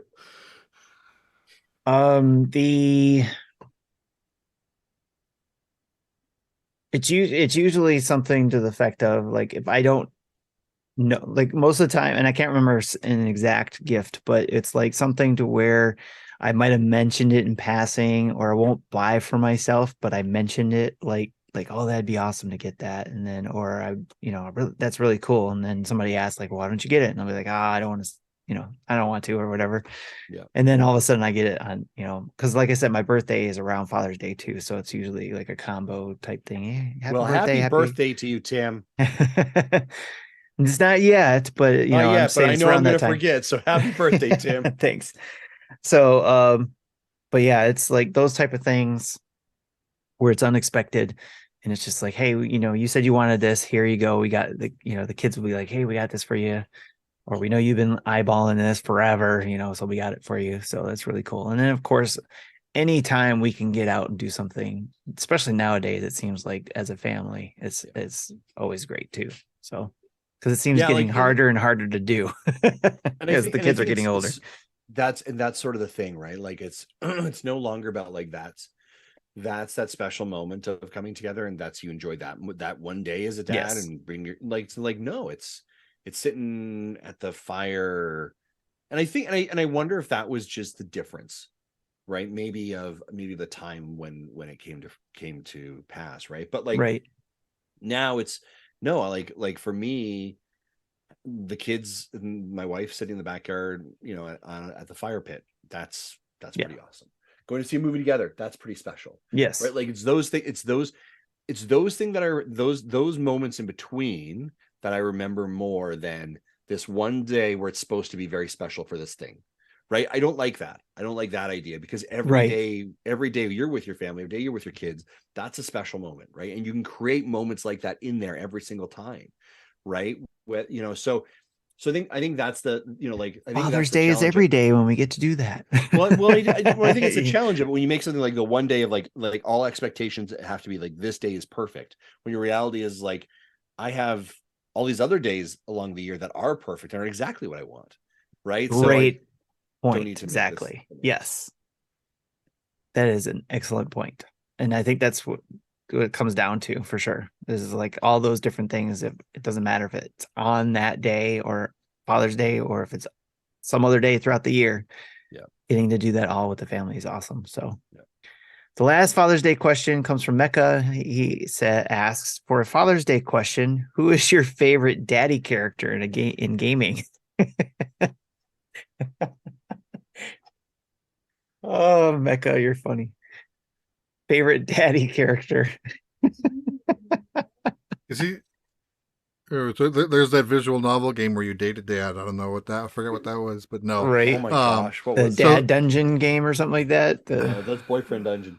But Well, what okay, was it? or- There was the daddy something. Oh my god, there was a daddy dating daddy sim. or something. I don't know. I Oh remember. my gosh, what was Maybe it? along those. Oh, he says Dream Dream Daddy. Daddy. Yeah, there Thank we you, go, Mecca. Mecca. Anyway, so Dream- yeah, I Also, I the fact honestly you knew that couldn't. very quickly bothers Yeah, me. there's Mecca could- with the Oh, answer. splendid, yeah. Yeah, I actually couldn't think of anything, so I kind of quickly did a Google of okay, what are video game characters that are dads, and I think the one that I like the best is Barrett from Final Fantasy VII. Like a lot of his motivation is because of his daughter. Well, you should just pull it from your list because we were just recently on under powered I podcast. I didn't save that list. You didn't? Okay. And a lot of that list came from this list anyway. Yeah, so we were on the underpowered podcast recorded earlier this week, and we had to come up with a draft of fictional dads, and one of them of the four that we had to come up with was a video game dad. Okay, yeah, the one I said was Sujiro Sakura from Persona 5, who's There you go. He's basically your guardian of your player character, Nice. who starts out a jerk, kind of an asshole, but throughout throughout the story, actually does care about you and does good things to help you. Nice. My video game dad was Gerald from Three Houses. The Fire Emblem game, Three Houses. So it was Geralt, Byleth's dad. So, and if you played that game, you would know why that was my pick. Okay. Because I have no idea. All right, yeah. He does some very great dad things, but it ends up making you cry at some point in the game. That's all I'm going to say. I think, ladies and gentlemen, I think the best gaming dad out there has got to be Bowser. Right? You look at the work he does with Bowser Jr., right? I mean, in recent commercials, he's been very worried about his screen time and has been showing him how to use the app effectively on the Switch. I think he not only is it like Bowser Jr., he's also got 8 other kids, and he's a single dad. This guy is hustling it, right? He's trying to do what's best. He's trying to conquer, but also like provide good values and norms as well. And so I think Bowser has to be it. And he's trying to get out there and meet new people to 100%. Find a new mother for find his his children. right connection. Yeah, we all want that emotional connection. We all want a soulmate, and he's trying to hustle. It's got to be hard. Honorable mention: Joel from The Last of Us. That's a good one. I have dad like, yeah, for sure. I have an entry for a bad dad. Okay. Okay. I forget his name, but the father in the Heavy Rain game, where press X for Jason. I don't know if you've ever played it, but if you know it, you know it. Speaking of Sean in our chat, that was a soundbite they used to play all the time in the end of their shows. Between that and Jason. I think another honorable mention: Big Daddy from BioShock. There you go. Right? Did I Google best top 10 dad video Heck, games? you did. Heck yeah, you Did I? did. Yes, I did. Yes, I did. Yeah, I remember seeing that entry too. Yes. You can't beat for bad dad. You can't beat Darth Vader though. Come on, Darth Vader's the best. That's a pretty good one. That is a pretty good one. All right, let's move on to events. Yep.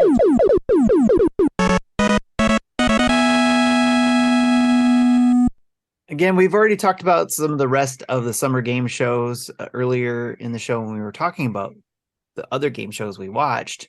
But briefly, let's talk about some of the events going on in our community, which is Discord community events. The Table, every third Friday of the month at 10 p.m. Eastern Time. The community gets together at the table, otherwise known as the dinner table, or otherwise known as the Discord voice chat room, to discuss whatever it is in everyone's mind. Want to join in? Subscribe to us via Patreon or Twitch and get access to Discord and join in on a schwack load of events like the Table and Monthly Mayhem. Speaking of Monthly Mayhem, we just finished up the Tears of the Kingdom Monthly Mayhem. And so if you're not staying tuned and listening to the Dads After Dark show, you need to, so you can hear about what the next Monthly Mayhem is going to be. So stay tuned for that and be able to play along. Again, you have to be a Patreon or Twitch subscriber to be able to submit your entries in for Monthly Mayhem. So, and then last but not least, we talked about the Nintendo Live 2023 event, and of course, not everybody can go to that out there. And what is it, Seattle, where it's at? Seattle, yep. So if you can't go to that, you may be in luck, because now they're doing another Nintendo Live event, the Nintendo Summer of Play tour, and that's going on between June 15th through August 18th, where you can explore Nintendo gaming worlds through a variety of activities based on Mario Kart, Animal Crossing, Pikmin 4, Pokemon Scarlet and Violet, Tears of the Kingdom, Kirby, and Smash. You'll receive a passport for stamps and turn in for a free Nintendo goodie. And then you can also check in with the My Nintendo QR code that you get in their app to receive a free gift and 100 My Nintendo points. Again, these free gifts are going to be limited, so make sure you try to get to these locations in order to go. Now, speaking of locations, they have one coming in Minneapolis. They have one coming in Detroit that I'm hoping to be able to go to and report on it next week, in fact. There's New York in the Meatpacking District. There's Knoxville, Tennessee at Westtown Mall. There's Orlando, Florida at the Florida Mall. Austin, Texas at Barton Creek Square. Denver, Colorado, Flatiron Crossing. And Los Angeles, California at Santa Monica Place. So all of those have different dates. So again, go to Nintendo's Summer of Play website, which you can find at nintendo.com and /what's new. And there should be an article on the Summer of Play that you can read about and find out dates and times in your area. Now, if none of those times fit, or those dates fit, or those places fit for you, keep an eye on that site as well, or nintendo.com/events/play-events for more info for additional cities coming soon. That's it for events. Sounds like Ebisol's went. Ebisol went? Really? I'm looking at the chat here. He says, Mall of America today, tomorrow. Ebisol, that's right. Yeah. It starts tomorrow, Today. June 15th. No, or today, excuse me. That is today. It did start today. And it goes through Sunday. Yep. Ebisol, and he said, yeah, and there may or may not be a claw machine. He said they were setting up when he went. So I don't know. Yeah, he was there yesterday. Got it. So he just missed it. Okay. So I'm hoping to go next Thursday is the first day they do theirs in Detroit. So I hope to have some updates for the team next. Yeah, that'd be awesome. And we'll have to check with Marty to see how far Knoxville is from his area. Yes. But the Minneapolis one is probably the closest to me, but I'm not going to drive up there. Speaking of meetups, watch for our social medias on November 3rd. Because Justin and Marty are going to be in the same town having lunch together. That's right. Wow, wow, wow, wow. Nice. Going to Nashville, Tennessee. And I'm meeting up with Mr. Estes, and I believe his wife is going to be there. And we're going to have some fried hot chicken from Nashville. So should I send the belt to him? I'm not bringing that thing through customs. And also, I'm not going to, because I think you're going to win this year. And that just seems irresponsible for it to go back to me, to go back to you. Because you are on fire this week, this month, or this year with your predictions. We'll see. I feel like we need to do a check. Oh, well, I've already been keeping up on that. I think we're tied right now. I think if you go to our 2023 predictions page in Discord, no, here's I have 4 and you have 3. But if you look at your predictions, you're pretty lined up for some good picks there. No hardware iteration in 2023. I think that we should do a mid-year check, and you can change something if you wanted. You're crazy. Wouldn't that be fun? You're crazy. We could do a mid-year check. Do you want to do that next week? Is that what you're trying to say? We'll see. We'll see what our content looks like for next week. Let's see if something blows up, right? So yeah, exactly. All right. So that's it for events. Let's talk about what Nintendo will probably drop a direct on Thursday and just Dad's After Dark will be at the Denver event. Sweet. Oh, nice. Oh, sweet. Does that mean right? He lives there. Well, yeah, John lives there, but does that mean Drew's going to go and meet up with him? Drew's not going to do that. Oh, okay. That's crazy. That's crazy. I know that for sure, but like, I don't think so. All right, what we've been playing.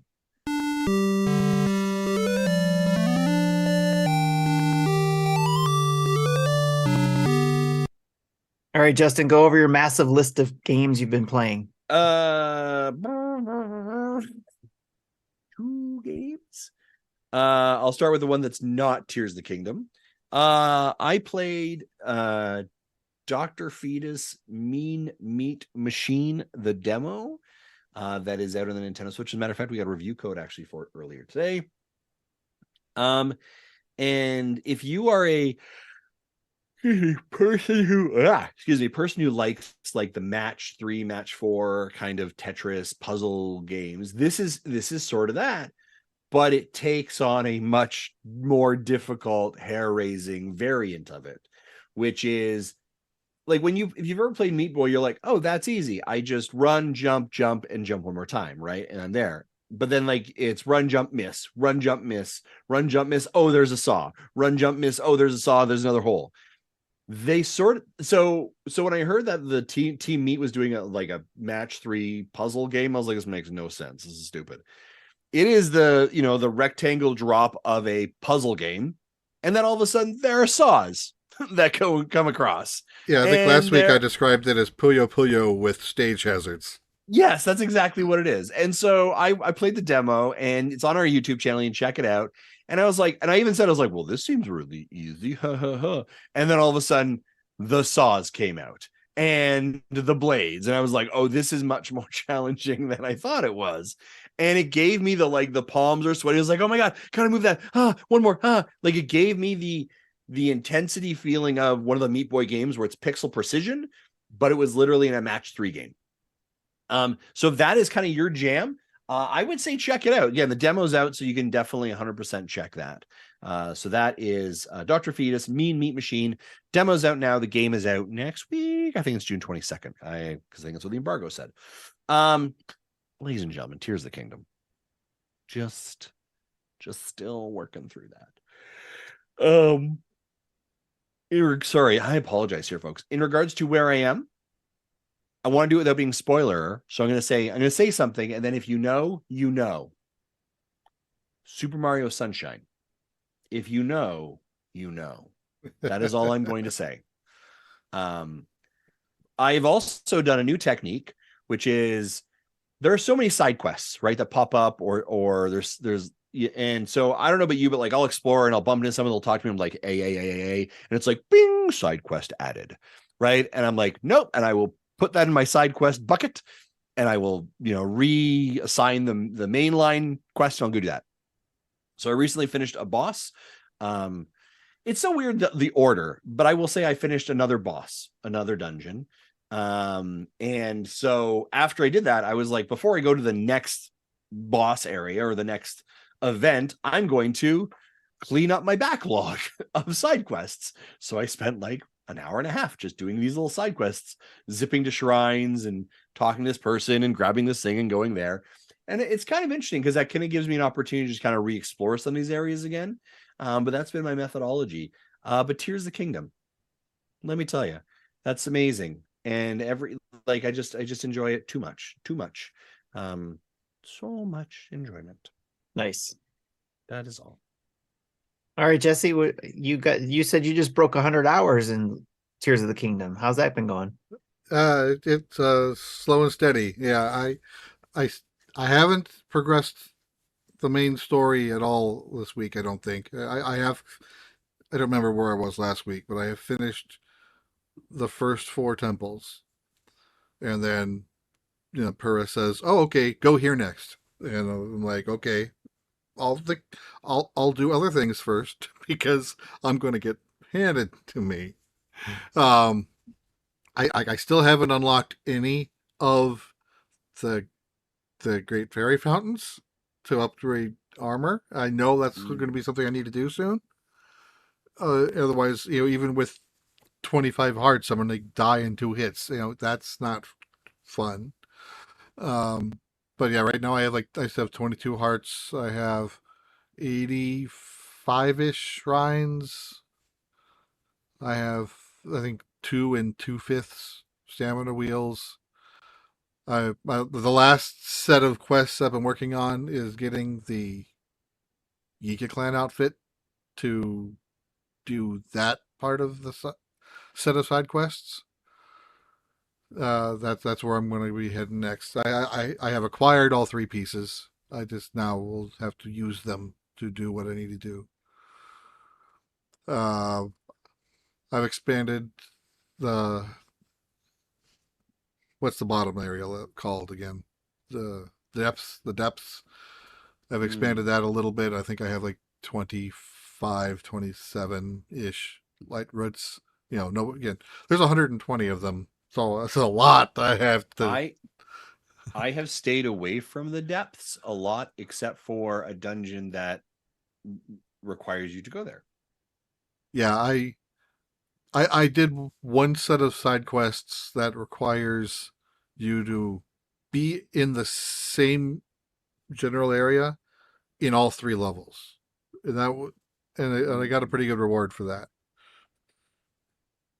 So, is it my understanding, and I believe the game says this, every shrine above there is a light root below it? Every shrine on the surface. On the surface, yeah. Sorry, yeah. Not Yeah. really the top. Yeah, okay. Yeah, and then there are a number of shrines up in the Sky Islands, but yeah, I think definitely every shrine has a light root. I think every tower might have an abandoned mine. I'm not 100% sure on that, but check out those abandoned mines. They normally have a piece of gear in a chest. So I do have the entire miner's armor set, so I can walk around. I look like a glowing Christmas tree. Nice. So there is nowhere that says what percentage you're done the game, correct? If it's like Breath of the Wild, you won't see it until after you roll credits. Right. Okay. Thank you for that. And I think also Breath of the Wild, once you rolled credits, it says side quests. You completed N out of M side quests. So we know how many are maximum. And like even Blanco, who is only done half of the side quests as of a week and a half ago when he last recorded that podcast. Epicel says, I reformatted my Switch so I wouldn't have patch 1.1.2. That's the one that took out the item dupe bug. I have not been duping. My son has been duping, and he shut off updates, so he still is running 1.1.1. I kind of wish I didn't update because resources and currencies are kind of broken. They're not balanced at all. Interesting. Because, similar to Breath of the Wild, every uh, every village has like some weapon maker that able to make this whatever gear, their specialty gear for you, but you have to collect ingredients. And like the one I'm working on now is towards the Gerudo one, and I have everything I need except for I need one more diamond. They want 4 diamonds, I have 3, and they're a pain to get. Do any of the amiibos give you a diamond?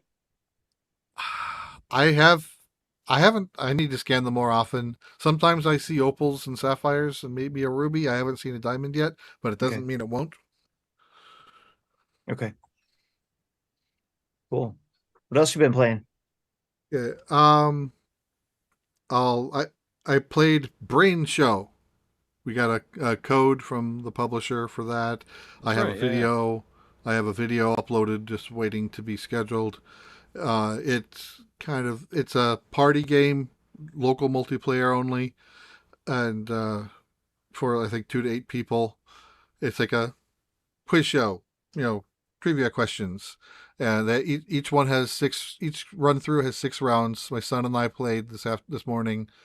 We did 2 rounds of it, and each round has like a various theme to it, just to change things up.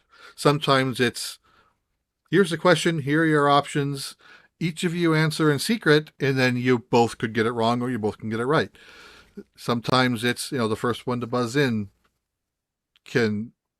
will have a chance to guess, but if you're wrong, you lose points. There was one called Vacuum where like this a vacuum literally came down and sucked the coins, the points away from me. So the longer it took me to answer the question, the more points I lost. There was one where you can steal points from your opponent, but at the time he had 0 points. So even though I got the question right, I didn't gain anything because I had nothing to steal. So this is definitely something that'd be more fun with more people. That way you can be more strategic about who you steal points from or not. And then the final round is it takes the points of the first 5 rounds determines who's first, who's second, etc. And like the first gets 100% on a meter. In my case, Matthew, the second place, always had 40%. And it's basically, we all have squirt guns, and they give a question. Someone buzzes, whoever gets, if I buzz in and get the question right, I squirt Matthew when he loses percent. If you get it wrong, the host will squirt you with water and you lose percent. And then this keeps on going until everyone's been eliminated. I did enjoy it. He enjoyed it, and he doesn't like that type of game. He doesn't like trivia game. He doesn't like checkbox party back games normally, but he did have fun playing with me. And we talk about it more on the video. I think that the biggest downside for that is it requires Joy-Con for every player. So if you want to play 8 players, you got to get into your Peer Schneider closet and find Joy-Con.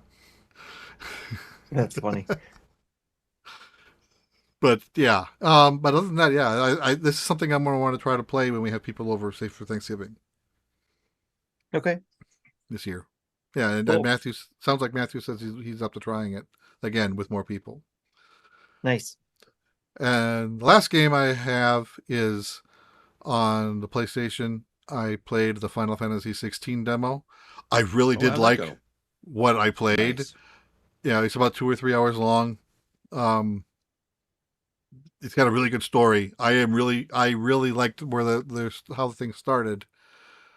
It kind of, but I don't know if I want to play this for 100 hours. Or whatever, how long the final game is going to be. Especially after playing Tears of the Kingdom for already 100 hours. And I'm probably, I'm still halfway through the game. I don't know what I have left. But, yeah. But, so, I don't think I'll buy this initially. If it comes available on PlayStation Plus, I'll probably pick it up and try it there. Good point. But the play status, you you go through will carry over into the final game. And when you finish the demo, which it unlocks a second demo, which is and I haven't played this yet, so I can't talk about it. But it's a part later in the game when you have more abilities and you actually have 3 summons of your own that you can use. Where in the beginning of the game you don't have any summons. But yeah, so yeah, I'm on the fence. Find it. So I'm on the fence for this. I did like what I played. I just don't know if I want to invest that much time. Right. Much better. A lot better than Final Fantasy 15, where the tutorial pissed me off and I shut it down. Yeah, I'll have to look that up later. That's what I got. Cool. All right. I've been playing more Warhammer 40K. I've been corrected by our friend Ryan of Nintendo Nostalgia. I can't say 40,000. I have to say it's Warhammer 40K. That's the proper way to say it. So thank you, Ryan. Although I did notice that it doesn't say 40K. It says 40,000. So that's why I was reading it 40,000. But I guess, if you're a Warhammer guy, if they wanted a certain way, they could have written it a certain way. If you're a Warhammer person, I don't mean to offend you or anything like that. I do. It's Warhammer 40K. Send your hate mail to Marty Estes at nintendodads@gmail.com. Been playing the 40K Boltgun game, and again, it's if you are a fan of Doom from the 90s, Duke Nukem from the 90s, like I kept calling it Doom Nukem, combination. Yeah, that was awesome. It has that same grit from the game. It's because it's the Switch. If you want it to look better, but still want that same feel of the game, then you go play it on the PlayStation or Xbox because they're there as well. But being able to play it on the go, play a level, go finish a mission after an hour, it's great. Just pop in and do that and have some great nostalgia fun. There is I do have a first look of it out on our website, on our YouTube page. So you can go see it there from what I'm talking about, the view type of thing there. And if there's any interest, I can do a let's play as well and do a level if anybody's interested. Mystery Tower NES on NSO. Like I said, we started playing it on the Friday night NSO night. Chris, Shannon, and we played it there. We got stuck on it horribly. Like we couldn't figure out the mechanics of the game, but it was intriguing enough though for me to go back and try it some more.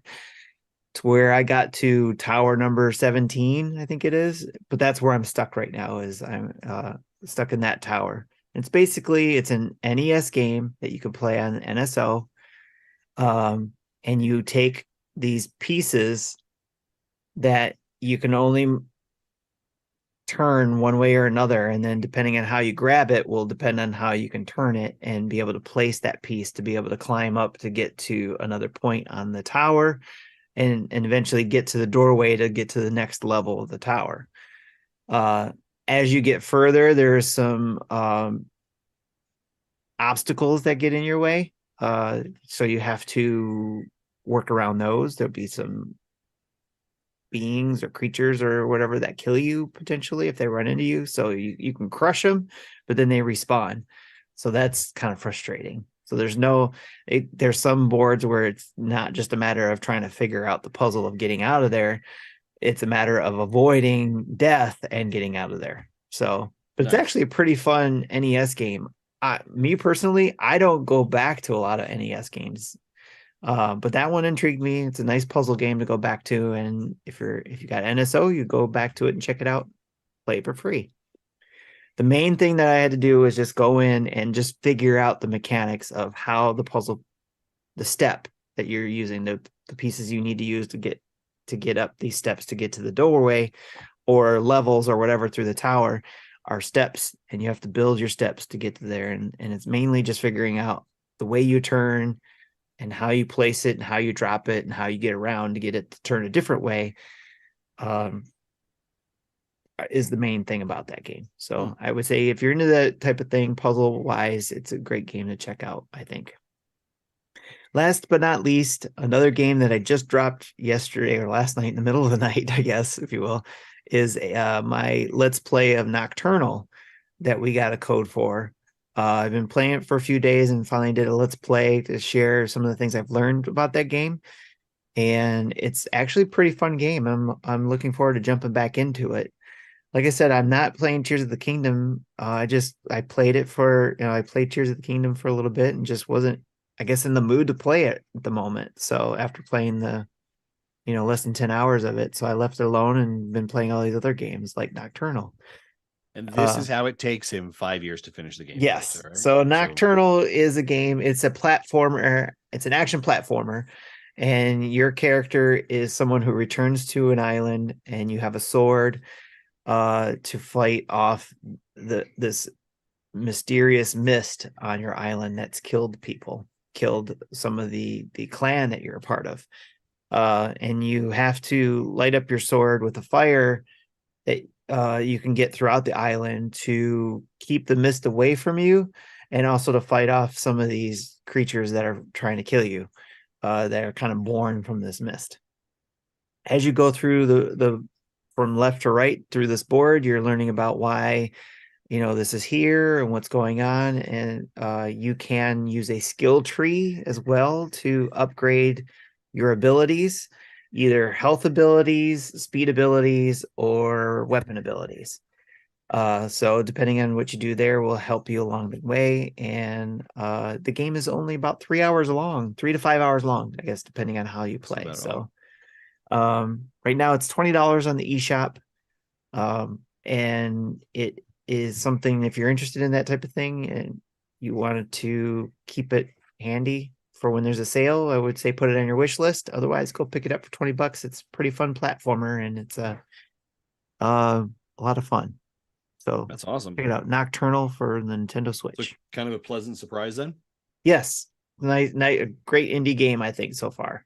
So, and I haven't made a determination yet whether or not it is worth the $20, but I'm having fun with it and enjoying it so far. So, and I don't want to say, yeah, it's totally worth the $20 yet until I've kind of gotten through it. But right now it's got my attention. So to me, that's worth it. That's awesome. I think it probably speaks something that like you're playing that rather than Tears of the Kingdom.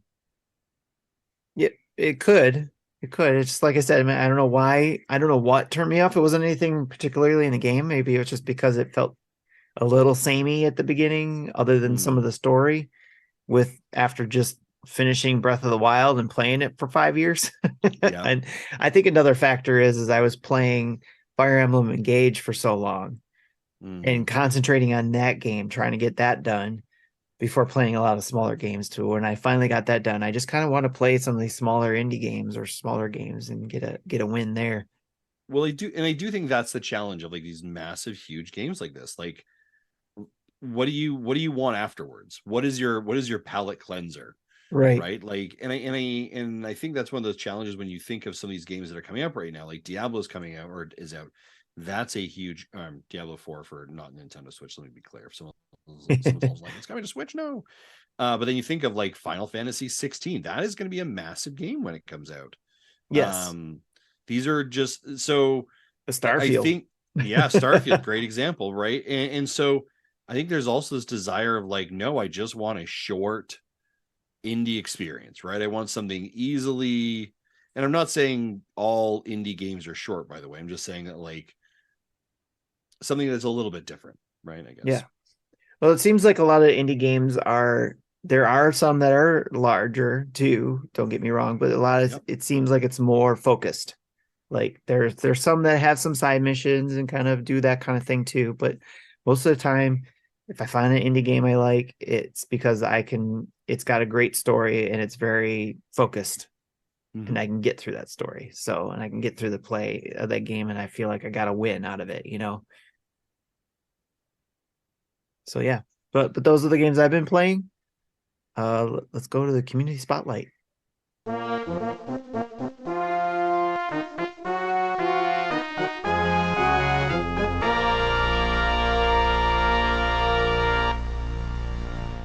All All right, we got quite a few questions from our community here this week, so we'll get through that as quickly as we can. But I wanted to give a shout out to everybody who stopped by today on while we were recording. Shout out to Hambo and Johnny, Ebicel, Mecha Dragon. I lost some of the names, I think.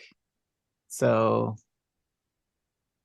nope. So Ebicel, Mecha Dragon, Sean Capri stopped by, and Seth also stopped by. So that's pretty awesome that they were there. Yep. Just Being Bruce stopped by. Who else we got here? It sounds funny, but like we really love doing a show with people. Yes. Right. So we love it like when people stop by, and we also recognize that some people can't. You watch afterwards. That's awesome. But just being in the chat, it just gives us some, Mecca, right? We see you there. Just gives us some opportunity to connect with people and respond to comments. And that's kind of like, filmed in front of a live studio audience is kind of our commentary around beer, like Bieber, but beer. Beer. That's hard to pronounce, I guess. Was here. Just trying to get through these names. Some guy named Laffer, of course. He's always here every week, it seems like. The guy never gets a week off. Miz, that's right, because he subscribed. Thanks again, Miz, for subscribing 31 months in a row. That's crazy. It is crazy. Awesome too. So all right. And Kevin stopped by too and mentioned the Dads After Dark going to the Denver event. So thank you all again for stopping in live. And again, as Justin said, thanks for everybody who listens after the show as well and makes comments and stuff after they've listened, especially in our Discord. We get a lot of comments the next day, like comments to what we're talking about on the show later on. That's really fun to see too come through. Yeah. So all right. I love our audience. I love how engaged they are. How it's either synchronous or asynchronous that they are engaging, right? So it's really fun. So, and even like YouTube, we get on our YouTube version of this, when you go watch this video and people are leaving comments there, it's still a lot of fun. We may not be able to get to it a lot of times right away, but a couple weeks later, we might see your comment and respond. Because it is not that it is not appreciated. Yeah, we appreciate it definitely. Unfortunately, our day jobs get in the way sometimes. Sure. There aren't those day jobs. All right. First, we got a question from email from Warren G. Akers.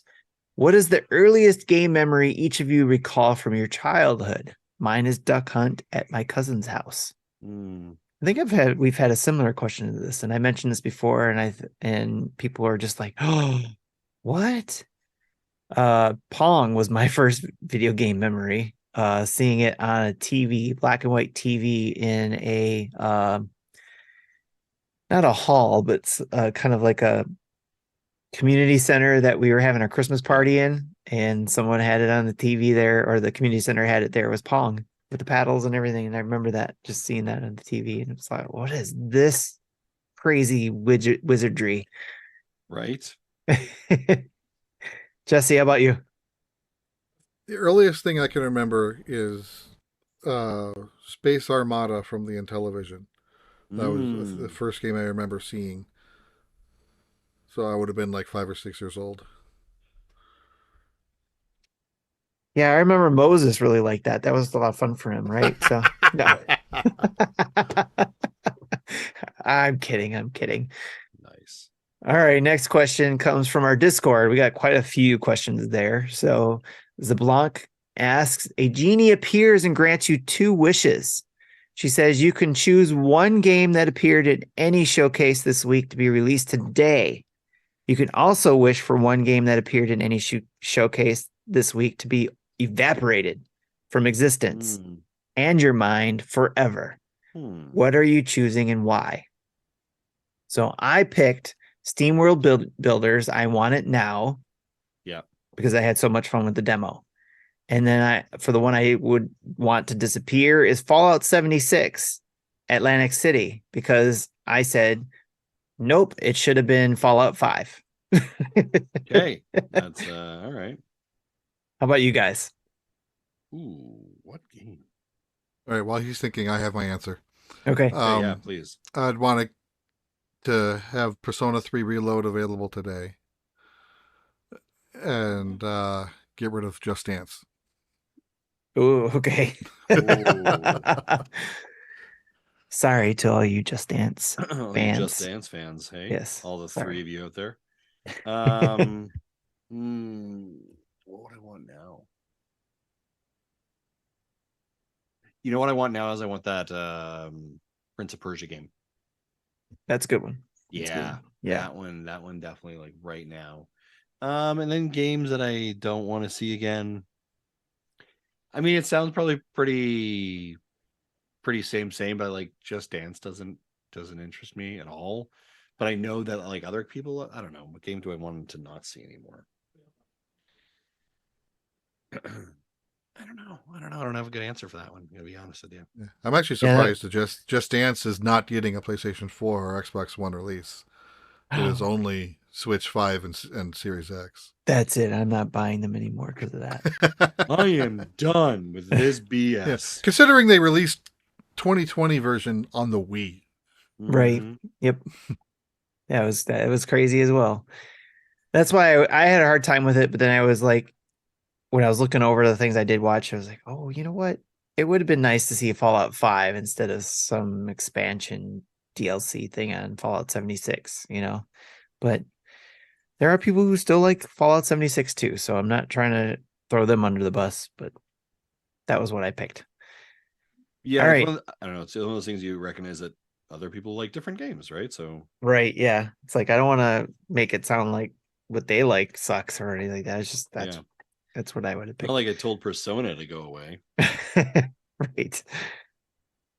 All right. Just being Bruce asks, was there ever a Nintendo's Goonies game? If there was, how was it? Who played it and who still has it? I have some responses from the community on this, but what do you guys have? Sorry. The question was like, did Goonies the movie Goonies have a 2, board game? was there ever a Nintendo Goonies game? And if there was, how was it? Who played it? Who still has it?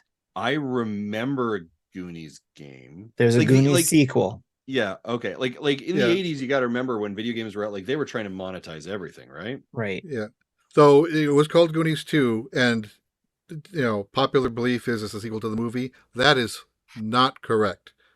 There was a Goonies game on like like 8-bit computers back then, like the whatever, ZX Spectrum or whatever, something, those type of things.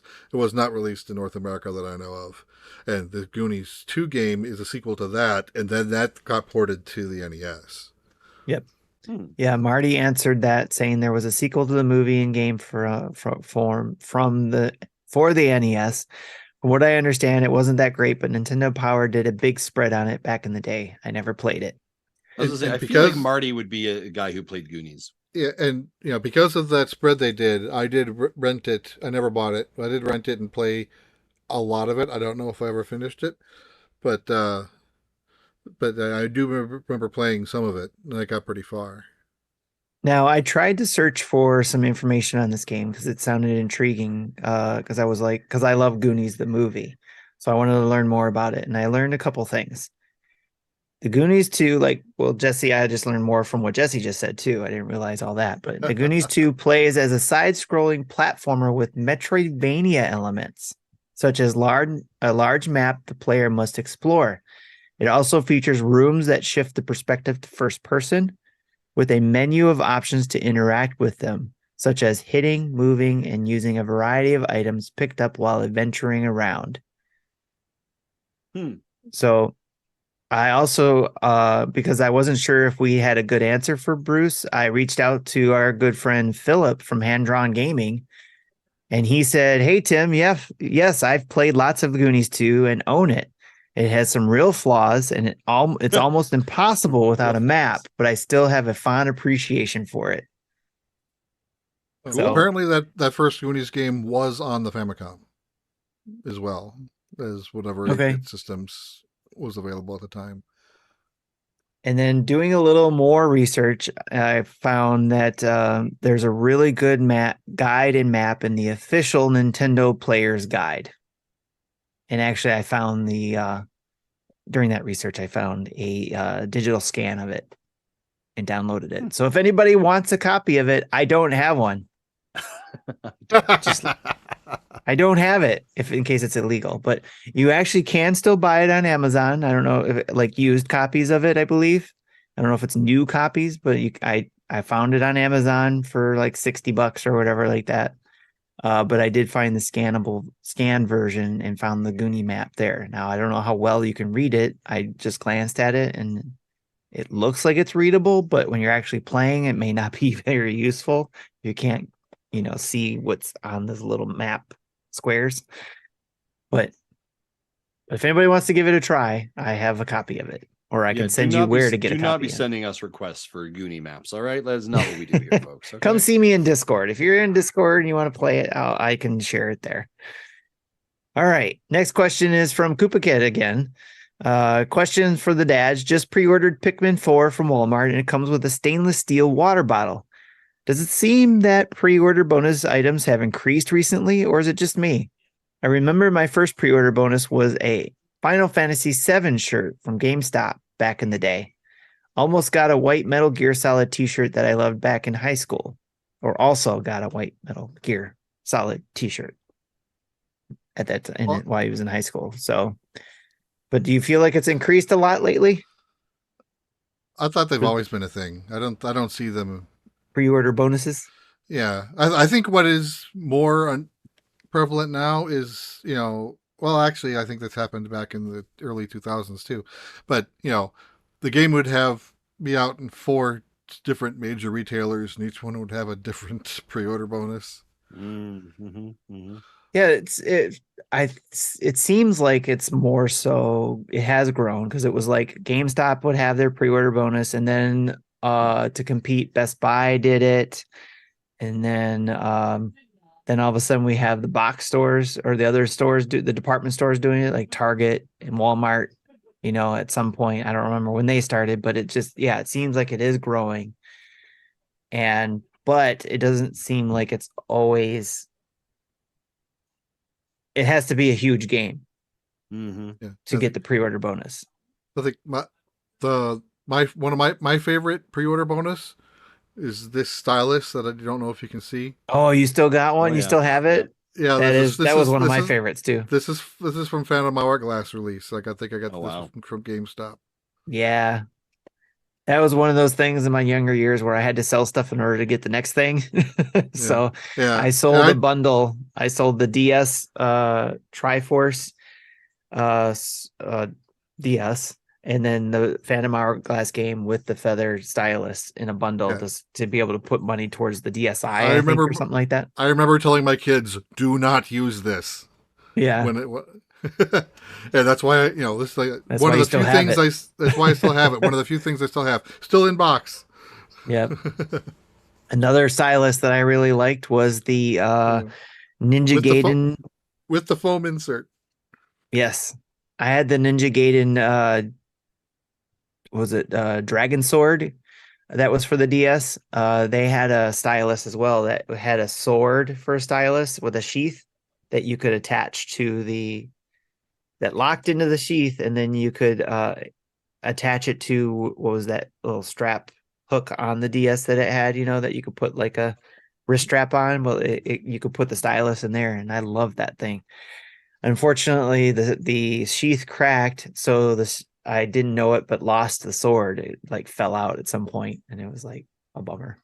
Do you all in the US, do you guys get like if you go to like EB Games or GameStop, whatever it is for you down there, do you all get like a pre-bonus, like, hey, you pre-ordered a game with us, so you also get something? Because there's like pre-order bonuses, like, hey, you get water bottles, but like with GameStop, you aren't, like, very rarely do they guarantee you something, but then when you show up, they give you something. I don't know if that makes sense. I haven't bought a new game from GameStop. So like Tears of the Kingdom, since Breath of the Wild. I pre-ordered Tears of the Kingdom, went to show up, and they gave me a pin set. Right now, it was a Tears of the Kingdom pin set. It wasn't like they were like, oh, it's a like they don't guarantee it. But then, like whenever I order anything from EB Games or GameStop, whatever they're called nowadays, I tend to always get something little niche, right? Like for the golf game, I got a lanyard. Yes, they're very kind of like junk things, but like actually the pins were quite nice, to be quite honest. I think this was a pre-order thing from Heart Gold and Soul Silver Pokemon. Mm, I'm not 100% sure, but I've had this Ho-Oh on my desk for forever. nice. Yep. What is I it called? Sorry. Huh? What is it called? Ho-Oh? Oh, I thought you said a ho-ho. Yeah, Ho-Oh. Ho-Oh. That makes a lot more sense now. now going back to Koopa Kid's question, I don't remember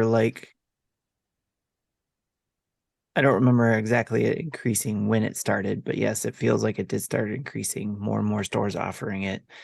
Or like Justin says, it's not just a pre-order bonus, it's just a bonus for coming to the store, you Yeah. know.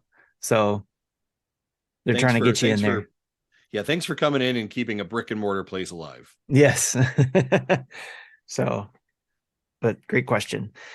All right. Mecca asks, those Pokemon TCG videos inspired me to ask if you played any card games with your friends or family. If you have any good memories too. Hope that's a good enough question. Yes, of course it is, Mecca. So Any yeah, question is card a good enough games. question. Played Yeah, any card games with your friends and family? Yeah, I did give my kids sets of Pokemon cards, Yu-Gi-Oh cards, Magic the Gathering cards, and taught them how to play. Sometimes we would go to the local card shop and take part in tournaments, and of course, pandemic happened. That fell out of fashion, and we never went back. I think they started up tournaments again, but Yes. where none of our cards are playable anymore, so we'd have to start over with our decks. That's why I like that draft format, because it's like, everybody's at the same level. You're starting with, just packs of cards and making and they're deck giving out you of it. cards that are tournament capable, Yes. because the cards themselves are still good for like non-tournament play, but in the tournament scene, they normally only allow cards that are less than a certain age. If it's Mhm. 2 or 3 years old, then they've whatever pack that they came from have fallen out of cycle, and you need to It depends on the version they're playing too, because it's depending where you're playing, because you could be playing with the newer sets, the standard sets, the modern, or I forget what they call the older legacy sets. yeah. So those could be legal, like the ones you're talking about, Jesse, where it's okay, you want to play the older sets, then you go play in those tournaments that use those sets specifically. Yeah. Well, but those are usually the bigger events. Like if I still had my Pokemon cards from 1999, I couldn't use them today because because they changed the format and stuff. The rules have changed. Though I am still looking forward to that premium Pokemon card game set. Oh yeah. That's kind of a reproduction of the 99 set. Yes. That's gonna be fun to figure out how much that is gonna be when that comes out. Yeah, they never did announce a price, but other card games that we play here that is a good memory between friends and family is euchre. So we play that a lot here. Also, Cards Against Humanity. Yeah, that's a good one. We haven't played that one in a while, but that was on rotation for quite often in pre-pandemic. We have a family Dutch version Blitz? that we've been playing. Nice. What's Dutch Blitz? Dutch Blitz is, oh my gosh, it's sort of like a mixture of Solitaire and Speed, all mixed into one. And so we play that a lot. Exploding Kittens is pretty common as well. I think it's coming. Yeah. We've got that one, but we haven't been able to play that yet. Oh, Exploding Kittens is so good. Nice. Highly recommend it. I used to play Spades a lot, but it's been a while since I played that. So I think I forgot how to play, but if somebody showed me, I'd be like, oh yeah, that's right. Between Spades and Hearts, I used to play those a lot. And then, of course, Uno. Yeah. Or Skippo. Yeah. I have Uno Mario version. Where the characters, that's pretty fun. The kids got that for me, I think, for Father's Day, actually, or Christmas gift. I can't remember. Another fun card game is called Sequence. It uses a board. That's a fun one too. I remember that one. Yeah, it's pretty common here too. Yeah, we haven't done board game nights in a while, and we've been wanting to start that up again. Yeah. Yeah, that's gonna. There's all Marty's these board games I Marty's a want. big board game fan. Yes, him and his family play a lot, so it's like Yeah. he was even trying at one point trying to get a board game channel going in our Discord, but we had quite a few people talking about games for a while there, but Yep. just not enough, I guess. So didn't hold its ground long enough.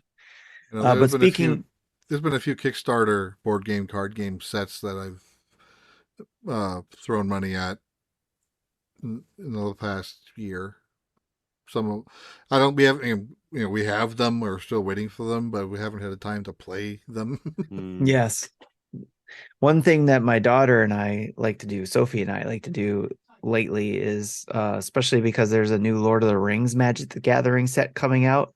In I fact, heard about that. starting by the time people are listening to the show, we'll be trying to go buy those cards because they come out. It comes out tomorrow.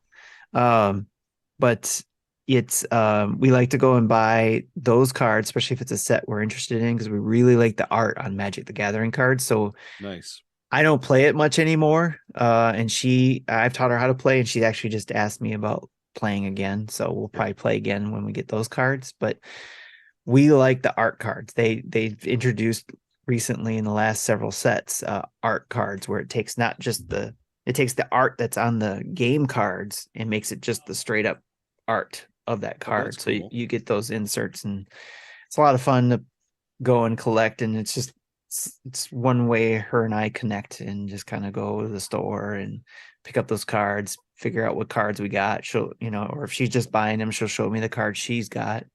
It's a lot of fun. In fact, I got like a pile sitting here on my desk that I need to put away in my box of cards. So it's like, however you can connect is the right way to connect, right? yes.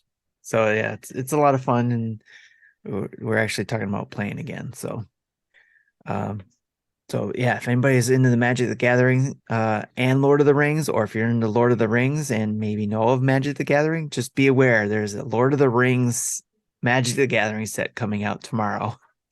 That And you need to go look for be a Tim. part of. He'll be in line. I'll be in line going to buy some cards there. So I actually calculated how much it would cost me to be able to buy everything that's coming out, all the different sets and ways you can buy it and all that kind of stuff. Yeah. If I wanted to buy a box and these bundles and all this kind of stuff, it would cost me $1,000, just under $1,000 to buy all these different things. And it's like, and again, folks, head over to patreon.com to support Tim's card handling problem.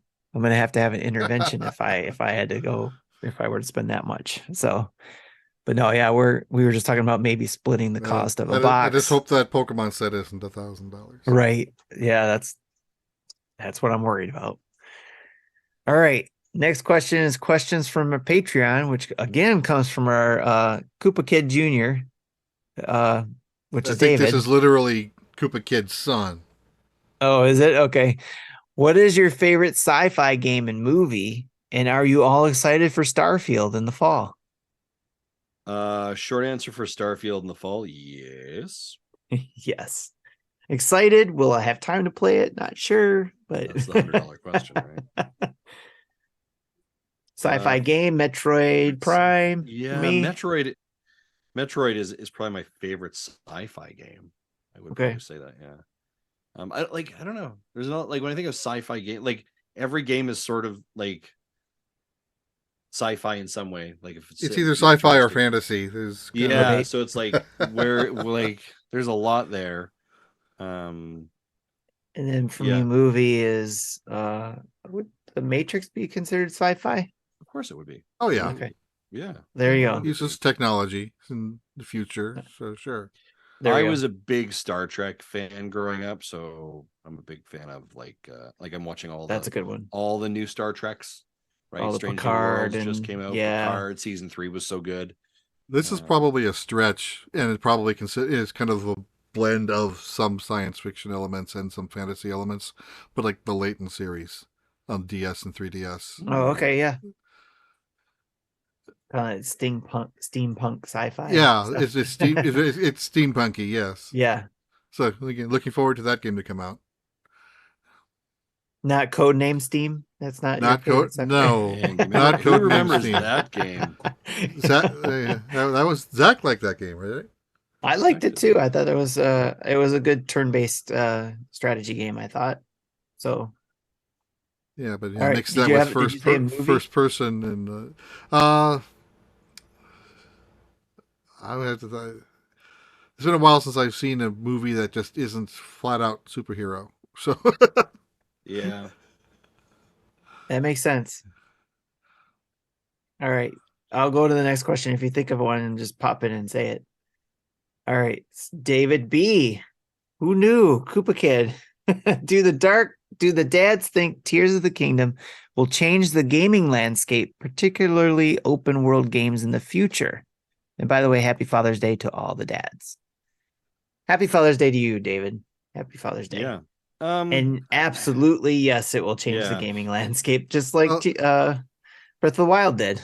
yeah, Breath definitely did. I don't know if Tears will do as much, but I think we will see things similar to Ascend for mobility. Because that kind of is a game changer.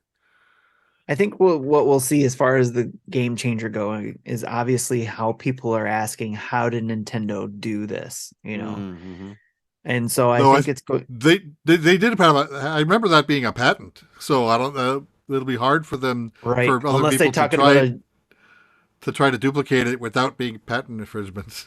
Yeah. unless they talk about certain things at GDC to help, some ideas there or something. But yeah, I think that's people are going to be trying to replicate the what Nintendo did in Tears of the Kingdom with its mechanics there. So yeah, 100%.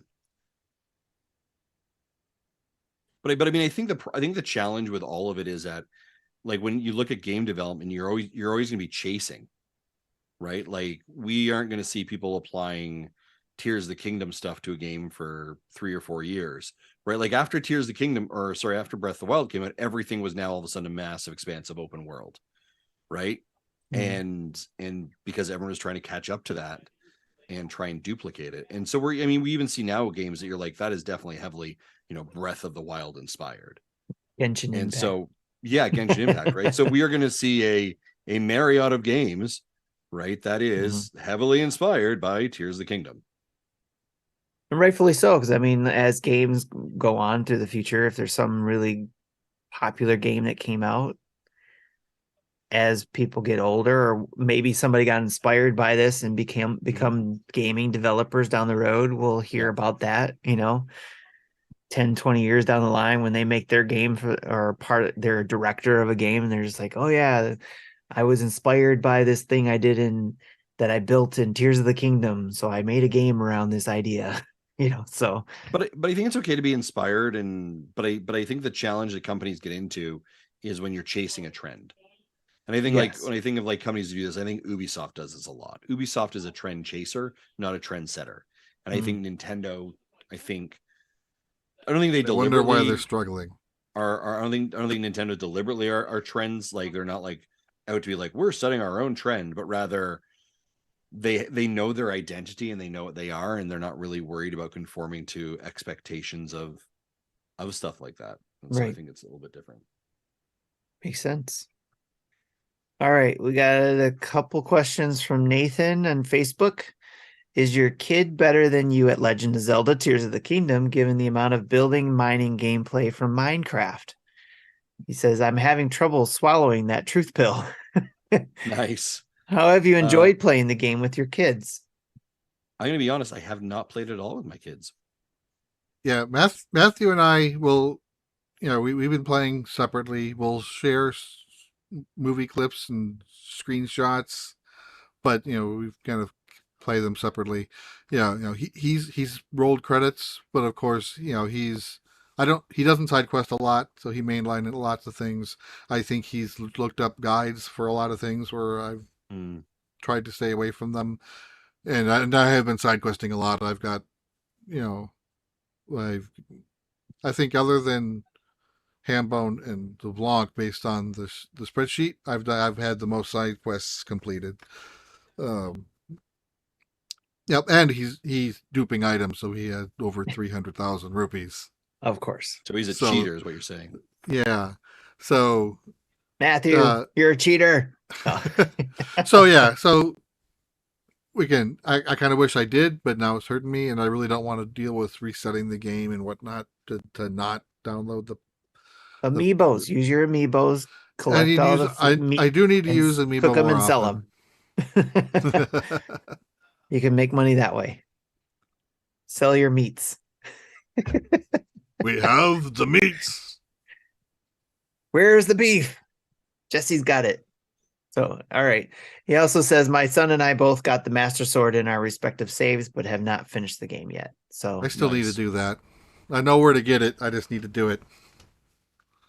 yeah, I every now and then I have this itch to like want to go play, but then I'm like, I still want to finish these other games I've already started. So eventually I'll jump back into it, and then I'm going to try to do what I did with Breath of the Wild. And it's like, okay, I'm going to focus on going through here, and then maybe like Justin, what you were talking about is maybe go do a few side missions just to kind of, clean up some things or get some extra health or weapons or armor or whatever along those things. So cool. All right, last community question we got is a voicemail from our voicemail sponsor, Christian. Hey, Nintendo Dads, it's me, Christian. I finally crawled out of my cave of Tears of the Kingdom to call and discuss a little bit about my experience based on your topic about the underground. I know that Marty was saying that there was a feeling of not liking the underground in the game, but I was just thinking about that, and my wife and I were talking about how in all Zelda games there's always a thing people don't like. But I think Nintendo does that on purpose because it kind of breaks up the whole game. I kind of think about it this way. You can't have lasagna every day for breakfast, lunch, and dinner and expect to love it all the time, or at least I can't. You gotta like break it up with, apple sprouts or green beans or something like that. It's not good for you. I mean, it is good for you, but you may not like it. So I think that's what Nintendo's trying to do with the underground. It's breaking up the awesomeness of the game. There's still functionality to it, but it also gives you the refreshing feel of everything else you love about the game once you're out of the underground. Because I don't like the underground, although I can appreciate what they're trying to do with the underground. Anyways, that's my thought process.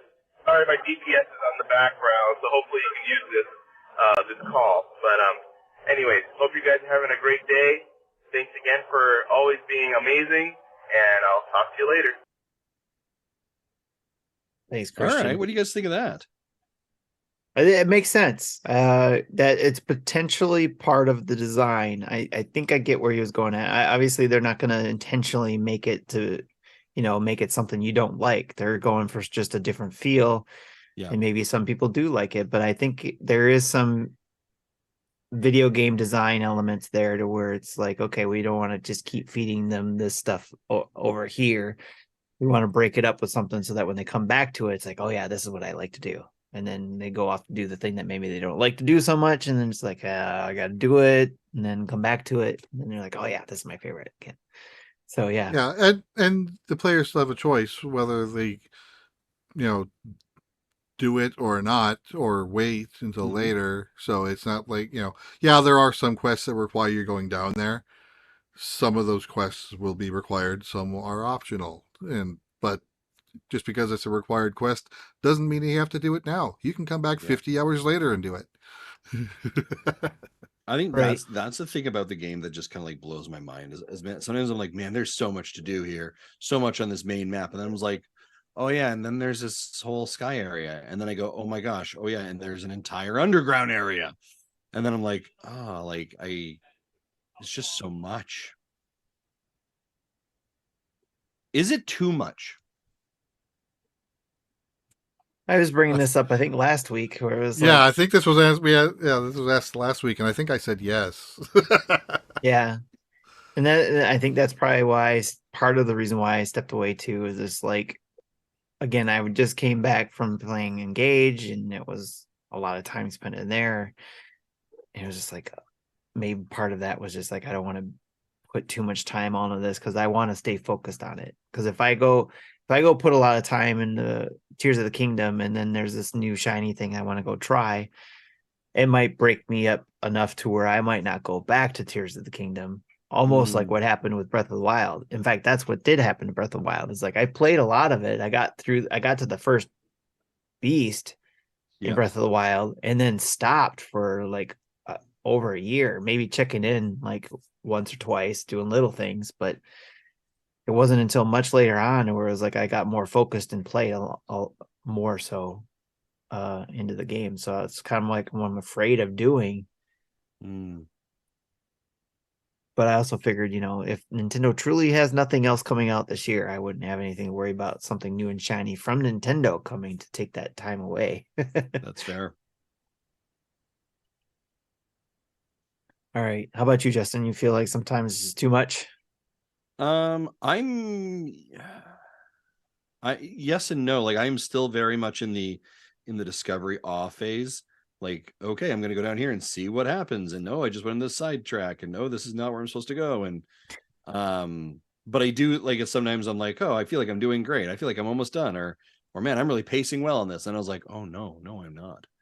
And that's right. And I don't know, I'm okay with that. Like I just think I think there's so much here. Great. That's fair. The Miz just says he's played 215 hours, finished the game twice, and still playing. That's incredible. So there's you got people who are doing that too. So like Zablanc, he's finished it. I think rolled credits. Drew rolled credits, if I remember correctly. I can't talk. Drew rolled credits, if I remember correctly. I think you did, yeah. Yeah. All right. So yeah. But yeah, everybody's doing that. And then of course, here's me like with Breath of the Wild. I'm not going to be done probably for 5 years. Maybe a lot sooner. We'll see. But I think like your comment of like, because you just came off of Breath of the Wild, if that forced you to like, like, hey, I've just been here before. I don't know if I want to go back right away. Right. That as well. Yeah. It's like I just had I can dinner. only I imagine. I don't need to go to the buffet kind of thing, right? Right. I can only imagine for everybody who's gone back to it, they've already beat it, way earlier than I did, and then came back to it to play it again to get ready for Tears of the Kingdom. And it's like, okay, did they play all the way through? Or, so it's like, I don't know. Some people just they don't mind. They played 150 hours of Breath of the Wild, they jump right into another 150-hour game. So I guess it just depends what you're in the mood for. Plus, I think the way I'm noticing, I don't know about you guys, but I've been noticing more and more how much like what kind of gamer I am. Maybe it's changed over the years or not, but I've been noticing like, okay, I don't get into sequels too much, and I don't go back and play games a lot too much. Like, you guys are like, Marty would talk about his, comfort food is playing Mega Man 2, right? Mm-hmm. There's not like, I love Metroid games. I don't go back and play like Fusion or Zero Mission or anything like that. It's like I beat them once, maybe twice, depending on if I wanted to do it again. But I beat them, I'm done. I'm ready to move on to the next thing. Yeah. So it's like we're with Breath of the Wild, it's like, is it more of the same? I know later on it changed. I think somebody said like there's a point where it's like you get past that hump, you're just like all into Tears of the Kingdom. It depends on the game. Like if I know a game is relatively short, then that if I'm in the mood to play it, then I'll be more likely to do so. Like, yes. Metroid. There's a goal in sight. There's a light in the tunnel. Metroid Zero Mission, Metroid Fusion. Those can be done in less than 5 hours. Yeah. Even at a first run through. And if you know what you're doing, they can be done in about 2. Good point. Yeah, I think that's the other thing too. I noticed me as a gamer is if I can see the light at the end of the tunnel a little easier, then I'm more apt to like keep at it. Where these larger games are just like, oh my gosh, where is the light? Like I do plan on playing Zero Mission when and if that comes out on NSO. Yeah, see.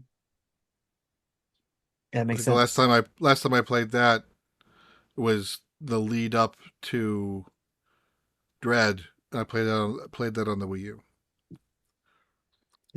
And see, for me, it's like these are great that we have NSO in these games, but I don't go back to them to the games I've already played or beaten.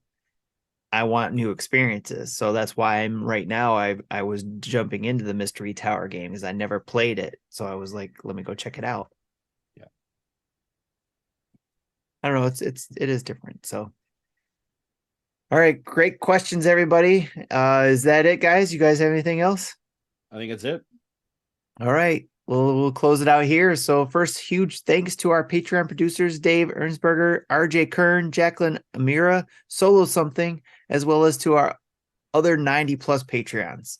Next, a special thank you to our 20 Twitch subscribers and over 1,406 Twitch followers, and a shout out to our 6,796 YouTube subscribers. Just 4 more, and we'll be at 6,800 subscribers. Thank you, awesome. everyone.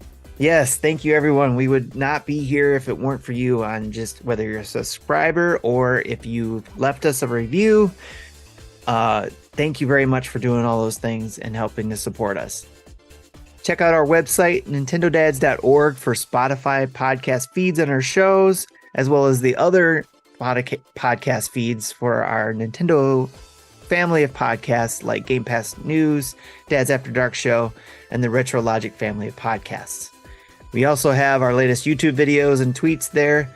You can also find links to our social medias, Patreon, and Extra Life pages, as well as links to the limited Nintendo Dads merch we have right now, but hopefully we'll have some more soon. And don't forget to check out our sponsors like Manscaped.com. Get 20% off your Manscaped order with free shipping with the code NINDADS, NINDADS, at Manscaped.com. You can contact us in most places like Patreon, Twitter, Facebook, Instagram, Twitch, and YouTube by typing Nintendo Dads, or email us at nintendodads@gmail.com, or call in and leave a voicemail like Christian at 929-25-NDADS or 929-256-3237.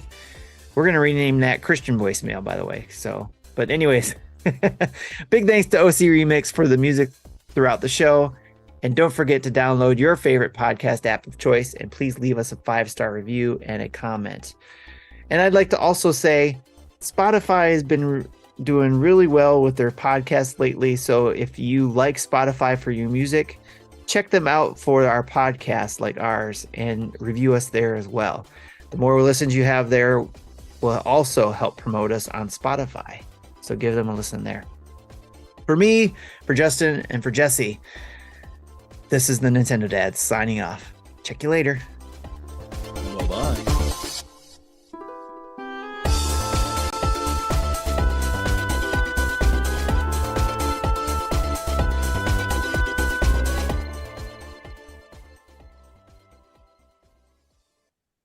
Thank you for listening to Nintendo Dads. Do you know who I am? Nintendo Dads Podcast. Yeah!